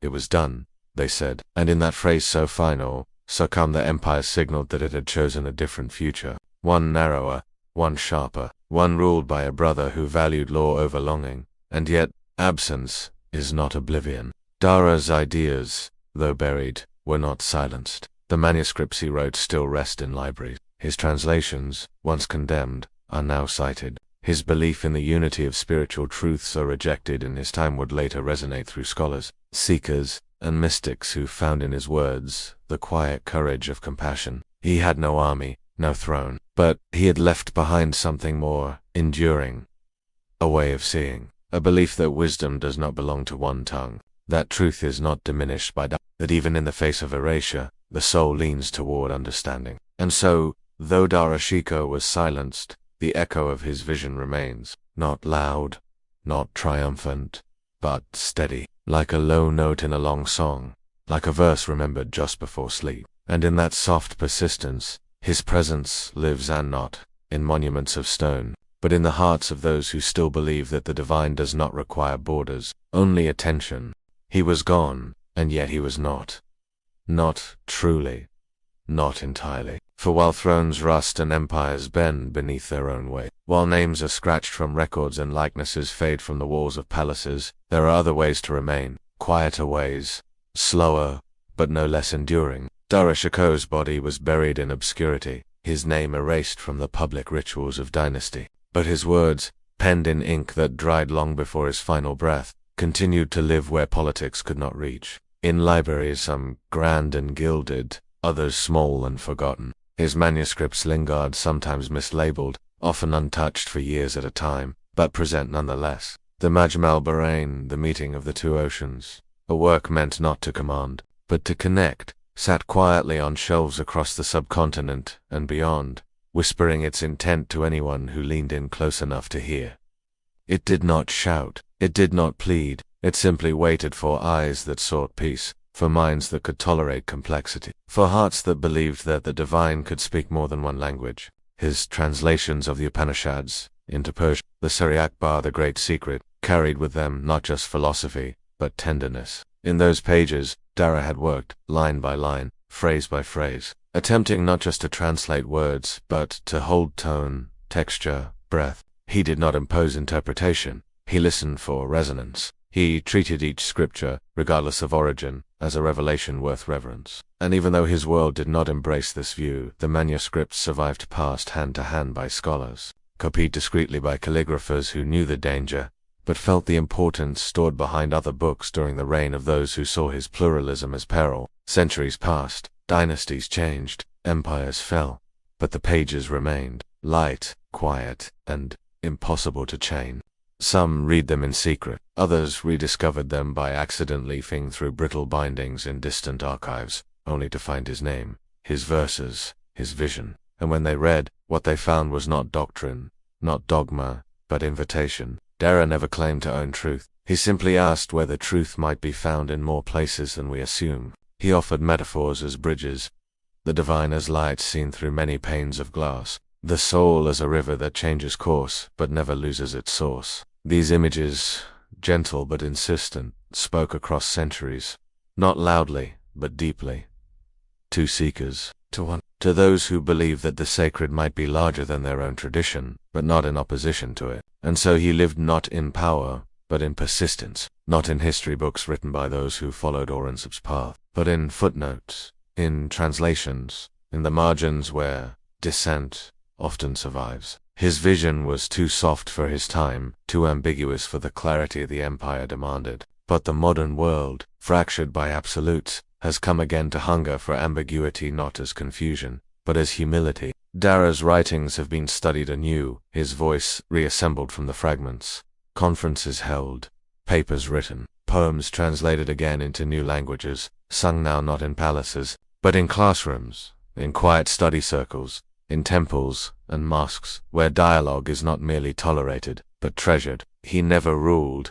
He never sat on the peacock throne. He left no heirs who shaped the fate of a nation. But his presence lingers between verse, between breaths. His ideas are not etched in monuments of marble, but in minds that still find solace in complexity. His legacy is not one of conquest or control. It is one of compassion. A compassion expressed not through sentimentality, but through intellectual hospitality, a willingness to let others speak and to assume that their longing, too, pointed toward the real. Sometimes, someone will find one of his manuscripts in a library in Lucknow or Istanbul or half-bound, its edges frayed. They will turn its pages slowly. They will read his preface, where he writes not of himself, but of the divine unity he perceived beneath ritual and rite. They will pause, and the silence in the reading room will become filled with something still and sacred. In that moment, Dara returns not as prince, not as prisoner, but as presence. His ideals do not march, they do not preach. They remain, a quiet and a reminder that the most radical ideas are often the gentlest. That to believe in the unity of God is also to believe that no one tradition can fully contain that unity. That difference, when held with reverence, is not a threat but a form of praise. The world that rejected him has passed. The brother who silenced him built an empire that cracked beneath the very orthodoxy he imposed. Aurangzeb's tomb is modest, his memory complex. But Dara's memory has softened into something simpler. He is remembered now not for what he failed to rule, but for what he refused to abandon. The belief that understanding is possible, that kindness is strength, that truth does not fear dialogue. And so, his throne dissolved, but his verses remain, light, quiet, and impossible to chain. The stone breathes differently here. Fatefa Sekri now bare sunlit, and stripped of all voices waits in stillness, not broken but paused. The city no longer echoes with the rhythm of horses or the shout of guards changing watch. There are no silks rustling beneath carved ceilings, no laughter spiraling through latticework balconies. Just wind, just the red sandstone warming under an afternoon sun that does not care who once ruled here. The doorways gape wide, but they do not beckon, they watch. The arches curve like the remains of a long-forgotten sentence, beautiful but unfinished. You walk slowly through them, the ground beneath your feet a mosaic of stone worn smooth not by time alone, but by the passage of hopes, ceremonies, and soft, deliberate footsteps that once meant something. The dust here is fine powdered memory, drifting upward as you move, clinging to your skin, catching in the folds of your clothing. It smells of sun and old water, of vanished incense, of grain, once spilled in haste. Every breath is dry and shallow, not from heat but reverence. The courtyards are vast, designed to impress but, now they simply hold air. Birds glide overhead without urgency. Insects hum invisibly in corners. And somewhere in the distance, a door creaks. Or maybe it's the wind. You cannot tell. You listen harder, but the silence remains steady, heavy. It's not an absence, it's a presence. The weight of silence here is not empty, it is full. Full of what once was, full of names no longer spoken aloud, full of mornings that began with bells, and nights that ended with verses whispered to the sky. No merchants, no processions, no emperor's call, only archers, only wind, only time. Your footsteps make no sound, or rather, the space does not echo. It absorbs. Each step seems to sink just a little into the stone, like the land is learning you. Slowly, you brush your hand against a wall rough and cool. It does not respond, but you sense it remembers. These walls have seen scholars argue beneath moonlight, lovers slip between shadows, cloaks rush with scrolls tucked beneath their arms, a young emperor leaning against a pillar as a question turned in his mind. But all of that is gone now, and yet, not quite gone. It's layered beneath the stillness, like a scent that returns only when you stop looking for it, a voice that murmurs when you stop trying to hear. The city is not ruined. It is suspended, a city in a moment held forever just before an answer is given. You move past the edge of a pavilion, where the breeze tightens into a corridor, tugging lightly at your clothing. It's cooler here, the shadows are deeper. A spider has spun its web across a carved yali window, its silk glinting softly like old embroidery. You pause. There is no sign, no inscription, but you know that someone once stood here, fingers grazing the same stone, waiting for someone who never came, or someone who did. The sunlight slants through another arch, painting pale gold across the red. You step into it, and for a moment, the color seems to rise around you like a memory. The sky above is vast and cloudless, indifferent and perfect. It does not bend to ruins, but it holds them in view, like a parent watching a child sleep. Everything here is slow, even your thoughts. The questions you brought with you fade at the edges. You no longer wonder what year this wall was built, or whether Akbar stood here. You simply, to the pause between winds, to the city itself, which does not speak in sentences, but in presence. The warmth of the sun on your neck, the coolness beneath the arches, the quiet insistence of stone that will outlast you. There are no signs to guide you, but you find your way. Because this city, even in abandonment, does not confuse. Its layout flows like breath courtyard, gallery, corner, open space again. It was designed to be lived in, not endured. And even in stillness, it guides you. You pass through the hall of private audience, not by name, for no plaque remains but by feel. The floor beneath your feet is smoother, the stone ceiling higher. You can almost sense the pattern of voices that once circled this space. A central pillar, carved in complexity, rises like a question-seeking structure. You imagine men seated around it, robes folded, backs straight, waiting for the emperor to speak. He does not arrive today, but the platform still waits. The walls do not lean inward. They stand without fatigue, holding sky, holding memory, holding silence. And so you move again, past colonnades where parrots now perch instead of guards, past steps that lead nowhere, and yet feel necessary, through doorways shaped not just for passage, but for pause. You begin to understand that this place was not just built, it was composed. Like music, with rests between notes, with silence as part of the song. A city made to be both spoken and listened to. And now, only the listening remains.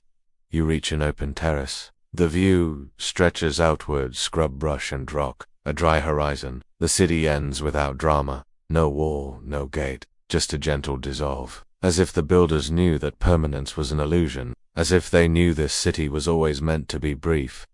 Not ruined, not conquered, just left. And as you turn, retracing your steps toward the shadowed chambers, the stillness does not break. It envelops. For Tefa Sikri does not demand anything of you. It only invites, not to remember but to remain, just for a moment, in its silence, in its dust, in its soft, unspoken weight.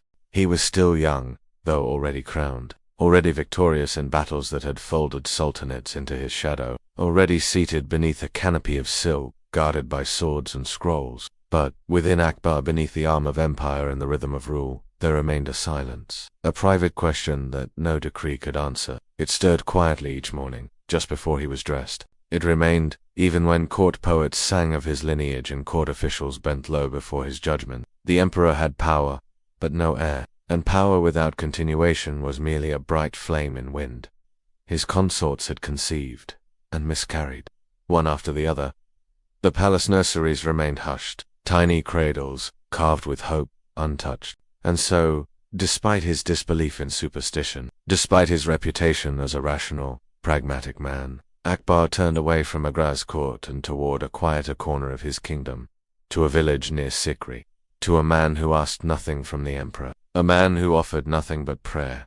Sheikh Salim Chishti, the saint, lived not in splendor but in simplicity. His conker, or lodge, was plain, whitewash.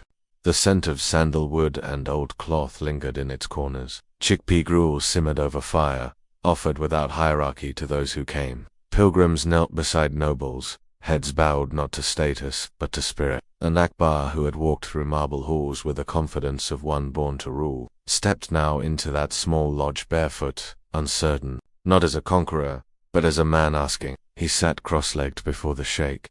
They exchanged no coins, no promises, only words few and quiet. Salim Chishti told the emperor that a son would come, that patience would be rewarded, that longing, when sincere, reaches God, not through ceremony but through surrender. Akbar said little, but something shifted, perhaps in his gaze, perhaps in the rhythm of his thoughts. He left with reverence. He would return often, and in time, the promise was fulfilled. A son was born, healthy, screaming and red-faced, squinting at light.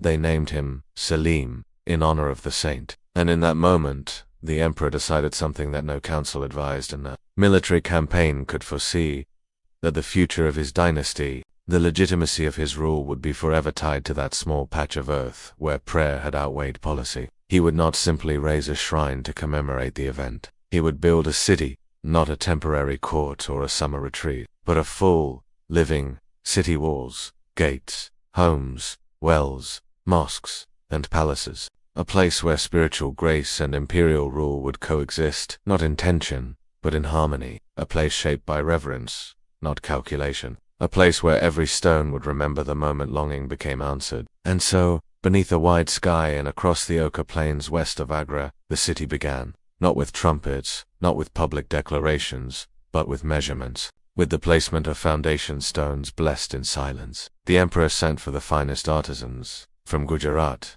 Rajasthan. They came not with blueprints, but with intuition. The architecture they produced was not drawn to impress European ambassadors or rival Indian kings. It was built to echo, to allow breeze and sunlight to move through it gently, to create quiet corners where soul and thought could meet. The heart of the city would be the Dagutha saint's tomb, soon to be encased in marble, resting beneath a delicately carved dome. From this point all else would radiate, not the court, not the treasury, but the resting place of a man who never held office, who never ordered troops. To Akbar, a stone laid for a mystic meant more than one laid for a fort. Tefa Sikri rose not as a fortress but as a philosophy. Akbar walked its lanes, even during construction, offering ideas. He moved slowly through its half-formed corridors, adjusting the angles of arches, suggesting spaces for discussion, not for dominion. He imagined not only what would be built, but what would be said there, and more importantly, what would be heard. He envisioned a place where debate would not inflame but calm, where scholars from every tradition, Hindu, Jain, Christian, Muslim, Zoroastrian might sit beneath the same roof, not to triumph over one another, but to search gently for the echoes that joined them. He ordered the construction of the Ibadah, the house of worship. A simple structure, wide and airy, with no altar, no symbol of exclusive claim. It was not a mosque. It was not a temple. It was not a church. It was simply a room for presence. To build a city not around power, but around possibility, was unprecedented. Even Akbar's advisors were unsure. Some whispered that it was too far from the Emir, that the terrain lacked water, that its remoteness made administration difficult. But he waved these away. For Akbar, this was not an imperial capital in the traditional sense. It was a witness, a marker, a living metaphor for a belief that would become the center of his later rule. That the empire could only endure if it learned not to dominate its diversity. The politics of Akbar's reign, his tolerance of local rulers, his abolition of discriminatory taxes on Hindus, his translation projects can all be traced back to this place, to this decision, to this city, born not from conquest, but from a whisper. And so, Fetafur Sikri rose, not in a frenzy, but with grace. The red sandstone was chosen for its warmth, its resonance with the soil. The buildings were low but wide, proportioned not for defense but for dignity. Open courtyards linked one hall to another, encouraging not surveillance, but openness. There was no single axis. The city was not a grid, but a garden. And in its center, the tomb of Salim Chishti glowed softly, a white beacon of stillness. Every morning, Akbar visited it. Sometimes he walked alone, sometimes accompanied by courtiers who spoke little, sensing that they had entered not a court, but a prayer. And so the city lived, not just in architecture, but in purpose. For a moment in time, rule and reverence sat beside each other. The emperor did not claim divine authority. He claimed only that he was listening. Listening to sages, to saints, to scholars, to the murmur of his people and the silence beneath it. And, in that listening, he built a city that never truly belonged to him, a city that belonged to the moment he dared to wonder whether power could be soft, whether faith could be shared, whether stone could hold silence. Fetafur Sikri was not built in haste, and it does not speak in it speaks in rhythm like breath, measured before dawn, like a verse recited by heart. Every building, every corridor, every quiet courtyard of this vanished city holds a kind of patient geometry. One does not rush through it. One walks, slowly, as if the air itself had thickened into meaning. The artisans who shaped this city came from the four corners of Akbar's empire, not to erect towers of power, but to compose a living harmony. Persian tile workers traced cobalt stars into corners where only the birds would see. Gujarati masons shaped arches that breathed, not just stood. Kashmiri painters laid down pigments that changed hue in the fading light. Their work was not labeled, their names, mostly lost, but their vision remains etched into every surface. These were not men hired to build a fortress. They were invited to co-author a vision, a city not fortified, but elevated, not imposed, but offered. At the heart of it all stands the Dewan Acosta Hall of Private Audience, but calling it a hall is like calling poetry merely language. It is an idea made into form. From outside, it seems modest, but step inside, and a single, carved pillar dominates the space, not tall in arrogance. It rises from the center of the hall like the trunk of a patient tree, expanding into a circular platform, supported by four thin walkways, that stretch to each corner of the room. It is said Akbar sat upon that platform not above his advisors, but suspended among them, for bridges, for paths, north, south, east, west, for traditions, for directions of thought, and in the center, the emperor not as sovereign, but as listener. The room is symmetrical, but not rigid. The pillars' carvings are floral, swirling, suggestive of motion without frenzy. Light enters from narrow slits above, catching in the crevices, tracing the spiral of thought. The structure itself implies it is a room built not for performance, but for presence. You can almost hear the murmurs, the delicate disagreement, the careful diplomacy, the soft tap of wooden slippers against stone, as a scholar pauses, weighing a thought. Close by, the Panchamaha rises, not with the stern silhouette of a tower, but with the playfulness of a breeze made solid. 5 stories tall, each level slightly smaller than the one below, it rests like a stack of sizelight, balanced, and open to air on all sides. There are no walls, only columns. 84 on the ground level, fewer above. Their rhythm shifts gently as you ascend, like verses in a poem that repeat but never exactly. The building was not meant for deliberation, but for leisure, for watching the moon rise, or feeling the monsoon mist arrive from the west. Some say Akbar's queens and female scholars used this space to observe performances below. Others say it was a place for music, or quiet talk after dusk. But, whatever its function, it was not built to impress from afar. It was built to be inhabited softly, to be moved through. The breeze here still speaks through broken lattice and the occasional bird nesting in an upper alcove. And then there is the Jama Masjid, the Friday Mosque. It stands like a heartbeat, steady, open, and grounding. One of the largest in India, yet it does not overwhelm. Its courtyard is vast, 100 breadths across, a space not to control but to contain reverence. Its symmetry is not perfection. For perfection's sake, it is a calming reminder that balance is possible, that each stone, mirrored by its counterpart, creates stillness. The inner sanctuary holds the tomb of Sheikh Salim Chishti, now in gleaming white marble.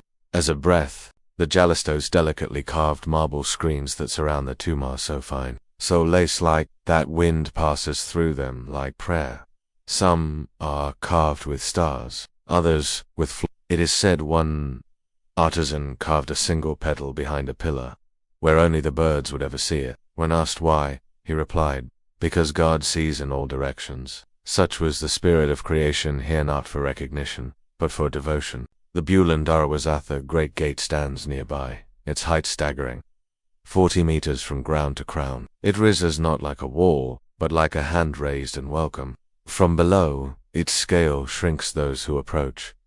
But it is not meant to intimidate. It is meant to humble. It announces no specific victory. Instead, it bears a line from the Quran: "The world is but a bridge, pass over it, but do not build your dwelling upon it." This is the paradox of Fatehpur Sikri. It is a city built on transience, a permanent structure meant to honor. Its grandest arch does not declare conquest. It whispers Here, architecture does not shout down the heavens, it echoes them. Throughout the city, the smaller spaces matter just as much. A water channel that cools a shaded walkway, a stepwell carved deep into the earth, its symmetry disappearing into darkness. A pillared hall for scribes, with a raised platform in the middle just high enough to keep ants off paper. A crescent window placed so that light would touch a particular wall, only on the solstice. These are not acts of grandeur. These are acts of intention. Nothing here was built in haste. Every step had thought beneath it. In Fatehpur Sikri, culture was not an accessory, it was the structure. Musicians tuned sitars in stone pavilions, while scribes sharpened reed pens beside lotus ponds. Philosophers argued under pagelas, laced with jasmine. Painters laid gold leaf in shaded courtyards, while storytellers tested verses on young boys seated cross-legged, eyes wide. It was a city where creation was currency, and thought was valued over inheritance. And though few of the performances survive, their architecture remains, the stage still set, the silence still shaped for song. Somewhere in a side building, a low room contains frescoes of celestial constellations painted in indigo and faded gold. A leftover from Akbar's fascination with astrology, perhaps, or maybe a quiet gift from an artist who believed that the stars belonged not just to the skies but to the walls of man's mind. In another chamber, too narrow for ceremony, scholars etched verses into the plaster, then painted over them, not to erase them, but to protect them. A poem is sometimes safer when hidden. Even the streets were arranged with care. They do not sprawl, they curve, as if the city were breathing, as if the buildings were leaning slightly toward one another, in conversation. The marketplaces were modest, not built to hoard wealth, but to exchange it gently. The homes of artisans and servants are still visible, small and proportioned, like thoughts resting between proclamations. And in all this, there is no central monument, no single tower that claims the city's soul, because the soul of Fatehpur Sikri was never a structure. It was a way of seeing, a reverence, a city that asked not to be ruled, but to be remembered. And it remembers you, to us. You walk slowly, softly, past what remains. The red sandstone hums beneath your feet. The air curves around each pillar, and though the city stands still, its spirit continues to flow in lines, in curves, in silence turned to shape.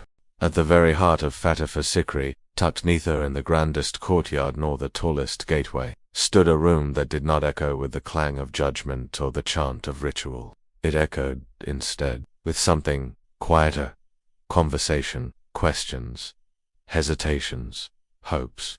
This was the Ibadat, cone of the house of worship. But no incense curled upward, no single priest presided, no rites were imposed. It was a temple not of doctrine but of dialogue, a sanctuary of thought. At dusk, its lamps were lit soft yellow flames, trembling within shaded alcoves, casting no shadows harsh enough to offend. Mats were laid in circles, slippers left outside. Scribes took their places near the walls, their inkpots uncorked, but their hands still, not to transcribe edicts, but to record words as they passed, slowly, thoughtfully. The air inside the Ibadat Khana was never hurried. It felt, even in the moment, like it belonged more to eternity than to any single hour. Akbar would enter with no crown, no guards, only curiosity. He would take his seat not raised, not isolated but simply placed among others. Around him sat Brahmin scholars robed in saffron, Jain monks wrapped in ivory white, Sufi mystics whose eyes flickered with stories of silence. There were Zoroastrians who brought with them tales of fire and purity, and philosophers of no sect, who believed in questioning alone. Some came prepared with scripture, others with memory. A few simply came to listen. Translators moved between them carefully, like wind between prayer flags, their voices hushed, so that meaning did not overtake melody. Arabic turned to Persian, Sanskrit became soft Urdu. Akbar heard God not as a single name, but as an infinite vibration across languages. In the Vedas, he heard echoes of the same divinity that stirred in the Quran. In the Jain concept of ahimsa, he saw reflections of the Sufi longing for union without harm. In the psalms of the Jesuits, sung softly one evening beneath the flicker of lamp oil, he felt not contradiction, but kinship. He did not seek to replace their truths. He only sought to sit with them, to understand, to allow the possibility that the divine was not diminished by multiplicity, but deepened by it, that the world did not fracture under many names of God. It became whole.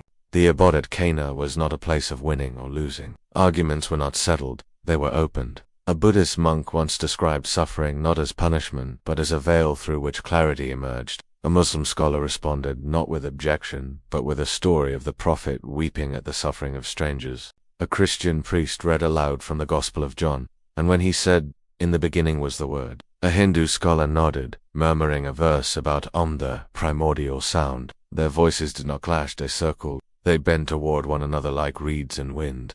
Akbar listened, not to be convinced, but to become spacious. He was not an emperor seeking divine endorsement. He was a human being who sensed that no empire could stand long without spiritual humility. And from these nights, these long, slow hours of listening, a thought began to form. Not a new religion, not a replacement for what already breathed across his kingdom, but a bridge, a suggestion, a personal philosophy. He called it Danilahai, the religion of God. But it was never a system. There were no rituals prescribed, no temples built, no texts declared infallible. It was not religion as empire understood it. It was reverence stripped of hierarchy, a way of walking, not a map to follow. Its tenets included kindness, restraint, the search for unity and difference, and the commitment to thought over violence. He shared it only with a few trusted courtiers, poets, scholars who had sat long enough in the Ibadat Khana to understand its spirit. There was no initiation, no enforced conversion. Deny Allahi was whispered, not enforced. A thread woven through Akbar's own conscience, not embroidered on flags. It had no ambition to conquer hearts, only to open them. But not all were pleased. Some doors began to close more quickly. In corners of the court, murmurs turned sharp. Clerics accustomed to precedence found their voices less urgently sought. Those who thrived on certainty grew uneasy with ambiguity. For faith, when stretched too wide, sometimes frays at the edge. Akbar knew this. He did not fight their suspicion. He simply continued to listen. And the Ibadat Khana continued to glow each evening, not with applause, but with breath. Long, steady breath. The kind that accompanies deep thought. The kind that calms. One evening, a visiting mystic placed a single rose in the center of the gathering. He said nothing. Akbar asked, gently, "What does it mean?" The mystic replied, "Every petal is a path." The room fell silent. No one needed to explain further. Even in his final years, As the burdens of rule thickened and as practical governance forced Akbar to spend more time in battle tents and less in stone pavilions, the memory of the embodied Kana remained near to him. He did not disband it. He did not formalize it. He simply let it live as an idea, not an institution. As a memory, not a monument. Futtefah Sikri's sandstone structures still stand, their surfaces worn by sun and time. But the Ibadat Konakwai, small and gently fading, holds something more fragile, the echo of voices that were not in agreement, the shape of listening itself. Today, if you walk the ruined city, you might pass by what remains of that room. There is no plaque, no choir, no liturgy, carved in stone, just a simple chamber with wind passing through it. Still, if you pause, you might sense the way the air still knows how to carry words carefully. You might feel how the stone remembers not arguments, but invitations. The Ibadat Khana was never about declaring what was divine. It was about asking softly where divinity might be found, and in asking together, the city became sacred. There was no proclamation, no trumpet, no blaze, no breaking of walls, no looting flames, no call to arms that echoed off the red stone and shattered the rhythm of its symmetry. Futtefah Sikri did not fill it, was simply left. One day, it was the center of an empire's listening heart, and then, a few years later, it was still no thunder, only the sound of footsteps stopping, not rushing, palanquins drawn slowly through its grand gates, scribes packing scrolls that would remain unread, lamps extinguished gently, as if only for a night's rest. But the morning never came. The wind resumed its soft circuit around open courtyards. The birds returned to perches they had not claimed in years, and in the corners of the jungle, where thousands had once gathered for Friday prayers, silence settled into the grooves of stone, deep, undisturbed, like breath held, and never exhaled. The reasons, even now, remain elusive. Water, perhaps. It was never plentiful here. The plateau on which Futtefah Sikri stands was noble in its openness, but not generous in its gravity. Wells deepened. Reservoirs struggled, and an emperor with the weight of a subcontinent on his shoulders could not risk thirst not for himself, but for the thousands who followed his court like a moving galaxy. Or perhaps it was politics. New threats rising on distant horizons, demanding mobility. The empire needed agility, not elegance, and so the marble was left to the birds, the red stone to the wind. Others whisper of deeper reasons, not material, but spiritual, not external, but within. Akbar had built Futtefah Sikri from gratitude, from vision, from the quiet surge of hope that comes when a prayer is answered in the form of a child. But dreams, even imperial ones, evolve. The longer he ruled, the more he saw the delicate balance of unity begin to quiver. The syncretic world he had nurtured, the soft web of interfaith connection and philosophical patience, began to fray not by rebellion, but by exhaustion. Harmony, he realized, was not a fortress. It could not be built once and left to stand. It needed constant tending, and perhaps he sensed that a city created in gratitude could not bear the burden of permanence. Perhaps he felt that the sacred can be shaped in stone, but cannot be contained in it. And so, gently, he walked away, not defeated, not disillusioned, but changed. Futtefah had never been a seat of conquest. It had been a whisper made visible, a verse made into walls, and even verses, after a time, must end, or at least pause. There are stories that, even as the city emptied, Akbar continued to return, quietly, without entourage, sometimes to visit the tomb of Sheikh Sa, sometimes to walk the deserted lanes, his footsteps the only sound for miles. No records confirm this, but the walls do not deny it, and in places where memory outlives ink, even rumors hold weight. In one account, never proven, a stable boy claimed to have seen the emperor alone on the Panch Mahal steps, just before dawn, sitting, watching the sky shift from indigo to rose, saying nothing, and then rising, slowly, and walking away into the mist. What remains is not ruin. It is residue, a presence left behind in absence. The arches still stand. The calligraphy has not faded. Even the delicate carvings on forgotten lintels retain their shape. But the voices have gone, and in their place, a gentler sound, the rustle of wind across stone, the occasional cry of a parakeet, the shifting of light as day leans into dusk. Futtefah Sikri is not haunted. It is remembered, but not actively, not with festivals or recreations. It is remembered like a melody hummed without words, like a lullaby whose meaning is felt, not explained. And perhaps that is how it should be. Not all dreams are meant to become laws, not all visions are meant to last forever. Some are meant to be offered, and then released, like breath, like prayer. Akbar did not erase Fatefa Sikri from history. He simply stopped writing in its margins. The page remains, blank, but not empty. Waiting.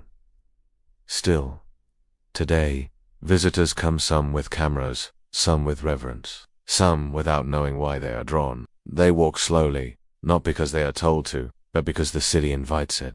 Speed feels wrong here. The symmetry encourages pause. The balance calms. Even the birds seem to fly in arcs that mirror the curves of the domes. And in those moments when you stand beneath the great arch of the Buland Darwaza and feel the wind pass through, when you sit near the white tomb and hear nothing but your own breath, you understand something. You understand that Fatefa Sikri was never abandoned in despair. It was concluded, not ruined, not erased, but finished, like a poem that ends without punctuation, like a prayer unspoken, but still felt. Fatefa was not a failure. It was a moment, a held breath in the life of a vast empire, a city shaped by longing, answered by grace, and concluded by insight. To walk its paths today is not to mourn what was lost, but to listen for what still lingers. The soft echo of dialogue, the outline of laughter in a courtyard, the curve of a carved arch, designed not to endure history's storms, but to frame the sky. It was never meant to last. It was meant to mean. And meaning, unlike walls, does not crumble. It settles, quietly, and waits. Fatefa Sikri speaks without voice. It always has. Even in its most vibrant days, when courts were filled and courtyards swept clean, each dawn, its language was never noise, but structure-shaped, balanced, space. It was a city shaped for dialogue, not decree. And now, in its stillness, it remains in dialogue, though the voices have softened into wind, and the only syllables pronounced are those carried in the shuffling feet of visitors who arrive with cameras, curiosity, or quiet hope. They come slowly, almost always slowly, for to move quickly here feels like an interruption. The symmetry does not demand reverence, but it invites it. A traveler might step through the gates with no expectations, with a map in hand, and the sun behind them. And yet something begins to hush within as they pass beneath the Buland Darwaza, or trace a hand along the cool stone railings outside the Dawanakas. It is not Adoe exactly. Not in the way of towering cathedrals or thunderous waterfall. It is so like entering a room and knowing someone has just left, someone thoughtful, someone beloved. The absence in Fatefa Sikri is not hollow. It is full of intent, of memory, of meaning, left behind, deliberately, gently, like footprints on soft earth that refuse to fade. The walls still hold what they once heard. Not the exact words, not the heated syllables of disagreement or the clear tones of a scholar quoting scripture, but the rhythm, the measured pauses between speech, the respectful space between beliefs. A city that was never meant to dominate minds, but to hold them together. Even the birds seem to fly more slowly here, wings brushing against air that remembers. And though most of its visitors today do not know every detail, cannot name the architects or recall the full ambition of Dinailohithe, something in their breath adjusts. Conversations lower to murmurs. Children ask fewer questions, not out of boredom, but because something unspoken is being shared. And in that space between arches, under sun-warmed lint, near the white glimmer of Salem Chishti's tumor, kind of listening begins again. Fatefa Sikri never ruled. It never held the empire in place through law or conquest. It was not Delhi. It was not Agra. Its walls never issued proclamations. Its gates never demanded allegiance. And perhaps that is why it still speaks. Because it was not a city that asserted itself, but one that offered space, time, reverence. It offered the rarest thing a ruler can give to his people and to himself. Permission to question, to sit among others and not be threatened by difference, but humbled by it. To imagine that unity might come not from control, but from curiosity. It is a fragile philosophy. It did not last long, but its trace endures in the stone, not as power, but as presence. Even now, centuries later, when most of its rooms stand empty and its water channels have dried, and the city continues its quiet invitation. Walk slowly, it seems to say. Listen, even if nothing is said. Pause not to remember dates or emperors, but to remember that ideas, when given room, can become places. That reverence, when shared, can become structure. That listening is not silence, it is creation, and so it rests. Not ruined, not forgotten, but resting. Like a prayer once whispered with sincerity, never repeated, yet never gone. It rests in the minds of those who leave, feeling somehow fuller than when they arrived. It rests in textbooks that list it as abandoned, but cannot explain why it still draws people. It rests in the stonework that was never meant to tower, but to breathe. In the floral carvings, seen only by birds. In the symmetry that pleases the eye even when unseen. In the pillar at the center of the Dwanaka, where thought once stood calmly among other thoughts, without needing to rise above them. Fetefar Sikri was not a city that ruled. It was a city that listened, and it still listens. The Zenana was not one room, but many rooms within rooms. Layers upon layers like folds of silk laid over a sleeping body. It was a world built not for noise but for softness, for the careful containment of movement, of speech, of presence itself. Curved corridors wound through the palace like slow-moving streams, deliberately denying straight lines. They invited a gentler pace, turned each step into a hesitation. There was nowhere to rush to, and nothing in the Zenana rewarded haste.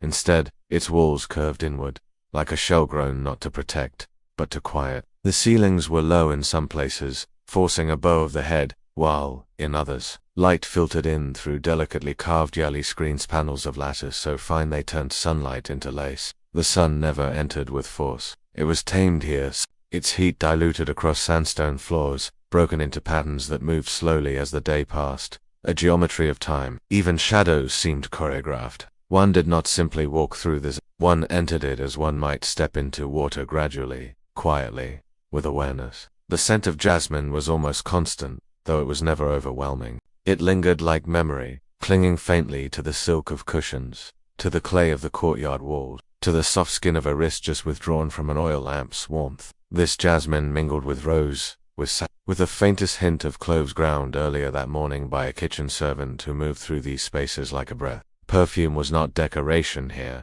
it was structure. It marked territory. The eastern rooms were known for rose, the western for musk. A woman's preference could be known by the trace she left in her absence. Even long after a conversation had ended, or a shawl had been lifted, her scent remained. Silk on skin, rose in the air, steps on stone. A world within a world. Fountains whispered in the courtyards, not loudly enough to interrupt thought, but just enough to remind the ear that time was moving. These fountains did not dance like those in the emperor's public court, they murmured. Water trickled from narrow copper mouths into shallow pools where petals floated aimlessly, slowly circling until they disappeared into quiet corners.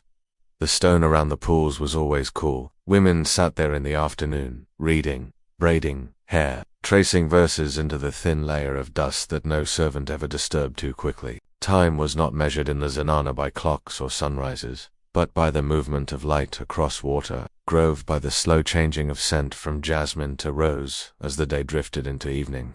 The floors were polished, not glossy, but smooth like memory. They carried the scent of past footsteps, sandal, henna turmeric. Footsteps that echoed only slightly, muffled by long carpets woven in Kashmiri walls, embroidered with stories no one outside would ever read.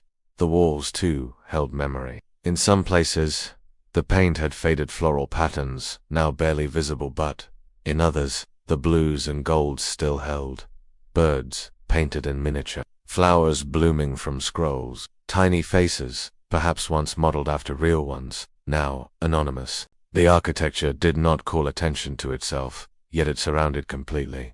It framed experience without comment. It allowed for beauty without boasting. Everything here moved slowly, not because of sloth, but because time itself was softened. Windows were not transparent. They filtered. Through the alley, one could see shapes, movements, shadows, but never fully. The world beyond the Zenana remained abstract, like a dream half remembered. One could tell the weather, sense the hour, hear a distant call to prayer. But politics, conflict, the clamor of the court, all of it was softened into gentle suggestion. The Jali was not simply a barrier, it was an invitation to contemplation. One could spend an hour watching light shift across the same wall, or watching a peacock fan its feathers just outside the courtyard wall. Beauty appeared here, not in flashes, but in repetitions. Even the air behaved differently. Inside the Zenana, it moved like fabric, slow and layered. It carried the smells of spice and oil, of perfume and stone, of fabric recently folded. It did not gust or stir suddenly. It moved with deliberation, as if conscious of the bodies it passed over. It cooled the neck. It lifted a veil. It passed through a window and disappeared without being noticed. Furniture was low and generous. Cushions piled in corners. Daybeds draped in low tables for cards, for poetry, for embroidery. Every object had a place and yet no urgency. The zenana was not cluttered. It was curated. Everything belonged, yet nothing insisted. There were mirrors edged with silver, but none large enough to reflect the whole face. A woman saw only a part of herself at any time, a sliver of an eye, the curve of a cheek, a reminder, perhaps, that she was never fully seen even by herself. Birds were kept in cages of open brass, though they were never truly trapped. Doors remained unlocked. They could leave if they wished, but few did. They sang often in the early morning, and again just before dusk. Their song, like everything else here, was never loud. It was rhythmic, repeating, a motif of continuity. In many ways, the birds were mirrors of the women themselves loved, adorned, given the illusion of freedom within structured beauty. And so the zenana existed, not outside time, but beneath it. It did not resist history. It simply ignored it. Wars may have come and gone. Kings may have risen and fallen. Edicts issued, gold counted, borders shifted. But within these walls, a kind of eternal afternoon lingered. The kind where shadows grow long, but no one looks at the clock. Where the air grows cooler, but no one lights a lamp just yet. The kind of afternoon in which silence is not empty, but full of meaning, of presence, of attention. It was not always peaceful. Tensions lived here, too. Unspoken hierarchies, rivalries played out in the placement of shawls or the length of a glance. But even those moved quietly. Power, here, was never shown. It was worn in the choice of a fabric, in the selection of a poem to recite, in the invitation to an embroidery circle. Influence was a fragrance that lingered long after its source had vanished. And still, the zenana breathed. Slowly, patiently. It asked nothing. It announced nothing. But it remained. A world within a world. Silk on skin, rose in the air. Steps on stone. A world built not to be conquered or displayed, but to be inhabited with grace, with waiting, and with the soft certainty that even in the quietest spaces, life continues. The day in the zenana did not begin with alarm or urgency, but with a slow unfurling like silk unrolling, in quiet hands. It began when the breeze, light and slightly scented, slipped past the carved yali window and made the hanging tassels of the archway sway. It began when the stone floor, once cold, began to gently warm under filtered sunlight. It began not with clocks, but with shadows shifting across cool floors. In this part of the palace, time did not ring out. It glided. A maid entered, her feet bare, carrying a shallow bronze bowl of warm rose-scented water. She whispered a greeting, not loud enough to disturb the stillness, and placed the bowl beside a small tray, a comb made of sandalwood, a vial of jasmine oil, and a thin cloth for drying. Bathing was not rushed. It was a ritual, a meditation. The water was warmed with care and poured slowly from copper vessels down shoulders, over arms, across backs that bore no scars, but carried invisible weights of expectation, of patience, of remembered joys and delayed desires. The scents mingled rose, turmeric, the faint salt of skin. Hair was oiled, then plaited. Skin was dusted with crushed sandalwood paste, both for fragrance and to cool the body as the day grew warmer. Then came adornment, but not always for others. Sometimes it was for the mirror, or for no reason at all but rhythm. A robe of the softest cotton was chosen for ease, or a sari dyed in faded indigo, worn so often it had become part of the body's memory. Jewelry might be selected not by value, but by association. The anklet that once belonged to an older sister, a necklace gifted on a festival now long past. Some days, none was worn at all. The body did not need to shine to be seen, and often, it was not seen at all. But still, the ritual continued, because the routine was not performance, it was orientation, a way to step into the day with softness. Breakfast arrived quietly, not on platters piled high, but in small bowls balanced on silver trays. Sliced mango chilled from the night before, a little rice, sweetened with cardamom, milk warmed and poured into porcelain cups each with its own chip, its own history. Food here was not consumed out of hunger. It was part of the day's rhythm. it signaled movement. After breakfast, some women turned to books. Not all were scholars, but many could read poetry in Persian, verses of the Bhagavad Gita, fables transcribed by hand onto silk paper scrolls. Some read aloud to each other, their voices low, slow, thoughtful. Others read alone, lips moving silently. Words were companions, teachers, sometimes escape. In one corner, a woman threaded her needle, slowly pulling dyed silk through fabric stretched taut on a wooden frame. The pattern was not drawn, she held it in her mind. A garden scene, imagined from the tails of a traveler's letter. A deer drinking beside a lotus pond. Above her, a younger girl hummed a lullaby while wrapping dyed threads into bundles. Their hands moved while their minds drifted elsewhere. Embroidery was never hurried. A single cushion might take a week, or longer, but there was no rush. The pattern would reveal itself in time, as everything did here. Music floated through the air, not from instruments always, but from memory. A tune half remembered from childhood. A phrase from a ghazal once sung by a servant's mother. There were no orchestras, no grand performances, but sometimes, in the stillest part of the afternoon, a woman would hum. Not for anyone, not for applause, just for the space, just for herself. Her voice might rise only slightly, like incense curling upward before vanishing in the sunlight. Some kept instruments, small, stringed tanpuras, hand drums, wooden flutes, carved with floral inlay, but they were played gently, if at all. There was no noise in the zen, only layers of quiet sound. Children moved through these spaces, two tiny hands reaching for bangles, small feet pattering down the marble corridors. There were both joy and disruption. A boy's laughter in the garden might draw smiles.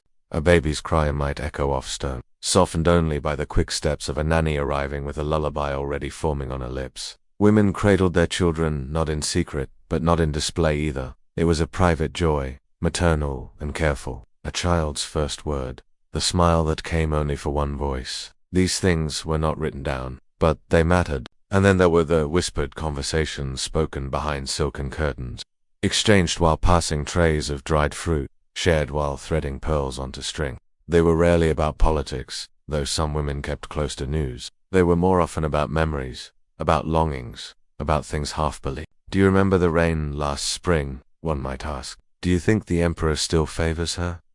Another might whisper. Some spoke of dreams, of gardens they had never seen, of cities they would never visit, of love, real or imagined, of letters they had received, or hoped to. There was a kind of joy in repetition, in the way the day moved through familiar shapes. The fourth call to prayer might signal tea. The length of a poem recited might determine when to light the lamps. Boredom existed, yes, but it was a boredom made soft by beauty. There were days when time stretched too far, when silence felt heavy, when the sky above the courtyard was too still. But even then, the world continued. A servant passed with news, a bird nested near the pool, a curtain tore and had to be mended. Life was not grand here, but it was full. By evening, the zanana glowed not brightly, but gently. Lamps were lit, oil pressed into wicks. Shadows lengthened. The scent of cooking filled the air again. Biryani. Dinner came on trays too, but with more ceremony. Sometimes a guest joined. Sometimes a child refused to eat. Sometimes the food reminded someone of a meal eaten in childhood, long before marriage, long before palace walls. Conversations slowed.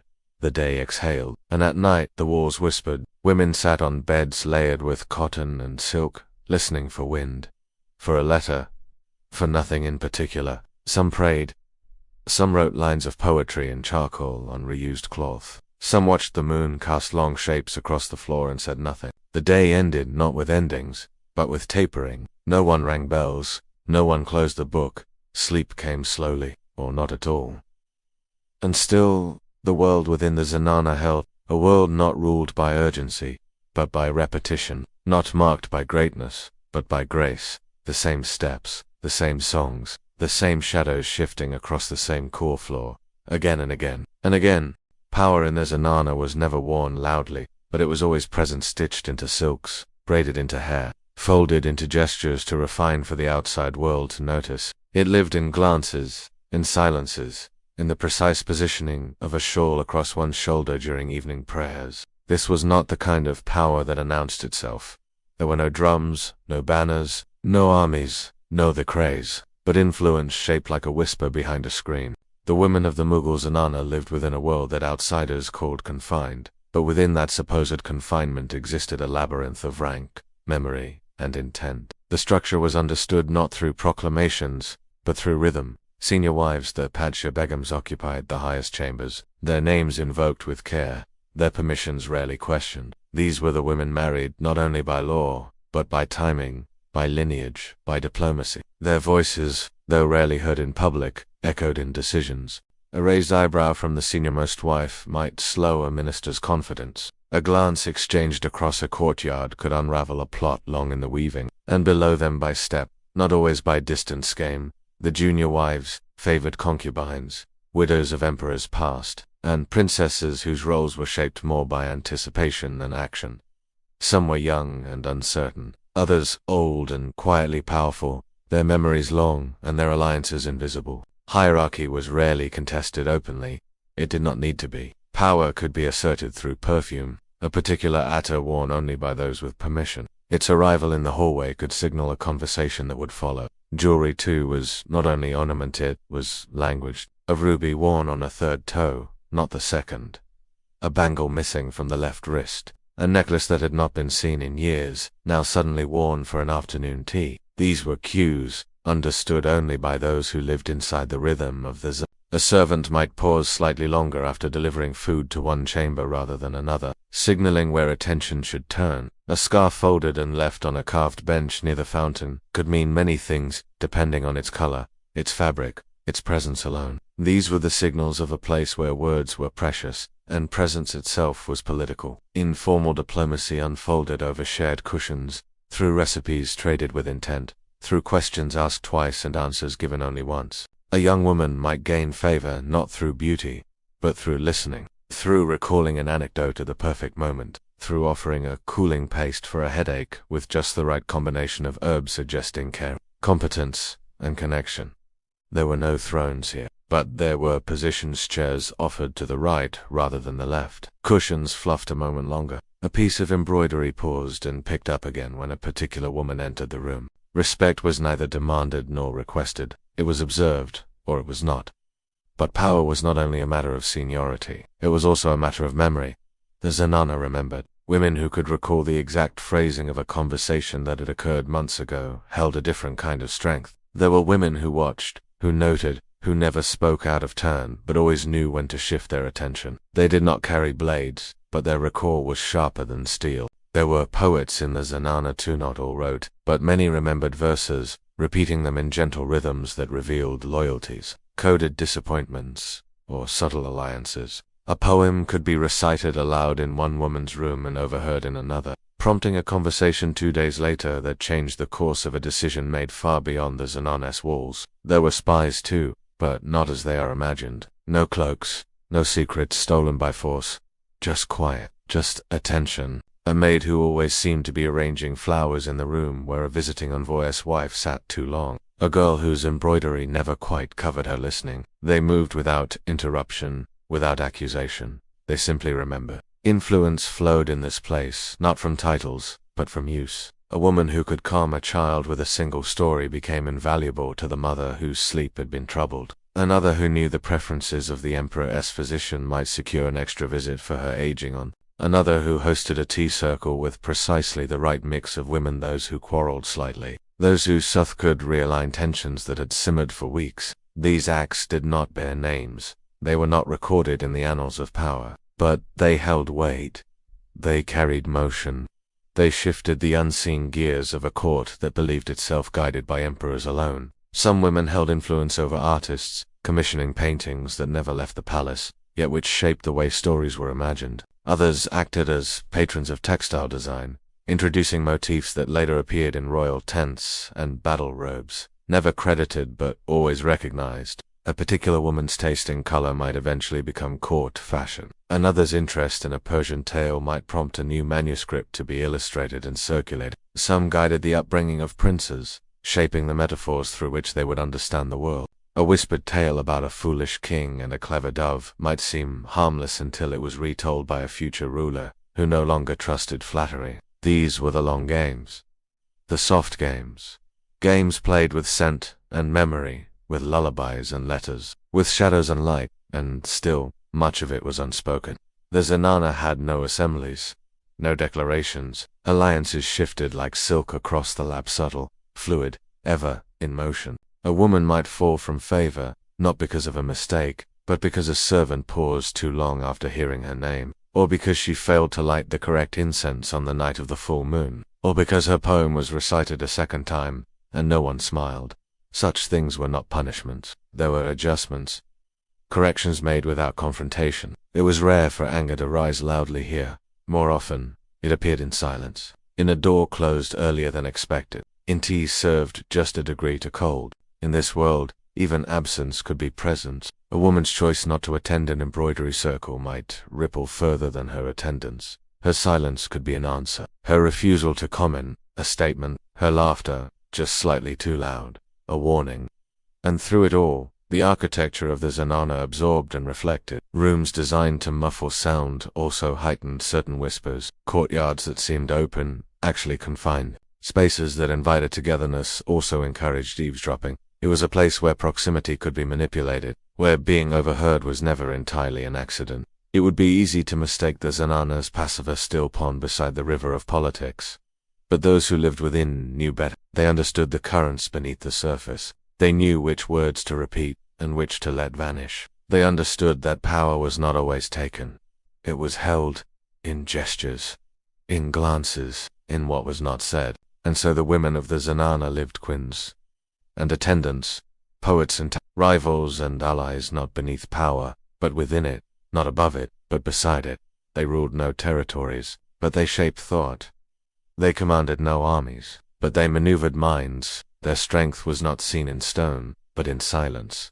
Their victories were never declared, but they were remembered, and long after their names faded, the rhythms they set, the whispers they passed, the scents they wore, the stories they told. Power not through sword, but through memory. Influence not through decree, but through present. And in the world behind the screens, that was enough. Within the soft corridors of the zenana beneath the weight of silk, and within the fragrance of rose and oud, there lived a different kind of silence. Not the silence of absence, but the silence of withheld longing, a stillness heavy with things not said aloud. It was a silence that moved like a second skin, always present, invisible, yet deeply felt. Though the fountains whispered, and poetry was and anklets chimed gently with every turn. There were many moments when the quiet deepened into something else, into a space that could not be filled with sound. A woman might sit by her yali window for hours, watching the patterns of sun move across stone, and still not be able to name the ache that settled in her chest. It was not sorrow, not boredom, not even loneliness, exactly. It was a kind of a longing not for escape, but for conversation that did not pass through veils, for sunlight that was not filtered, for air that had not passed through perfumed cloth. She longed not for freedom, but for authenticity, for a breeze that brushed her cheek without permission, for the full color of the sky without the frame of a carved lattice, for a voice that did not lower itself before reaching her. And yet,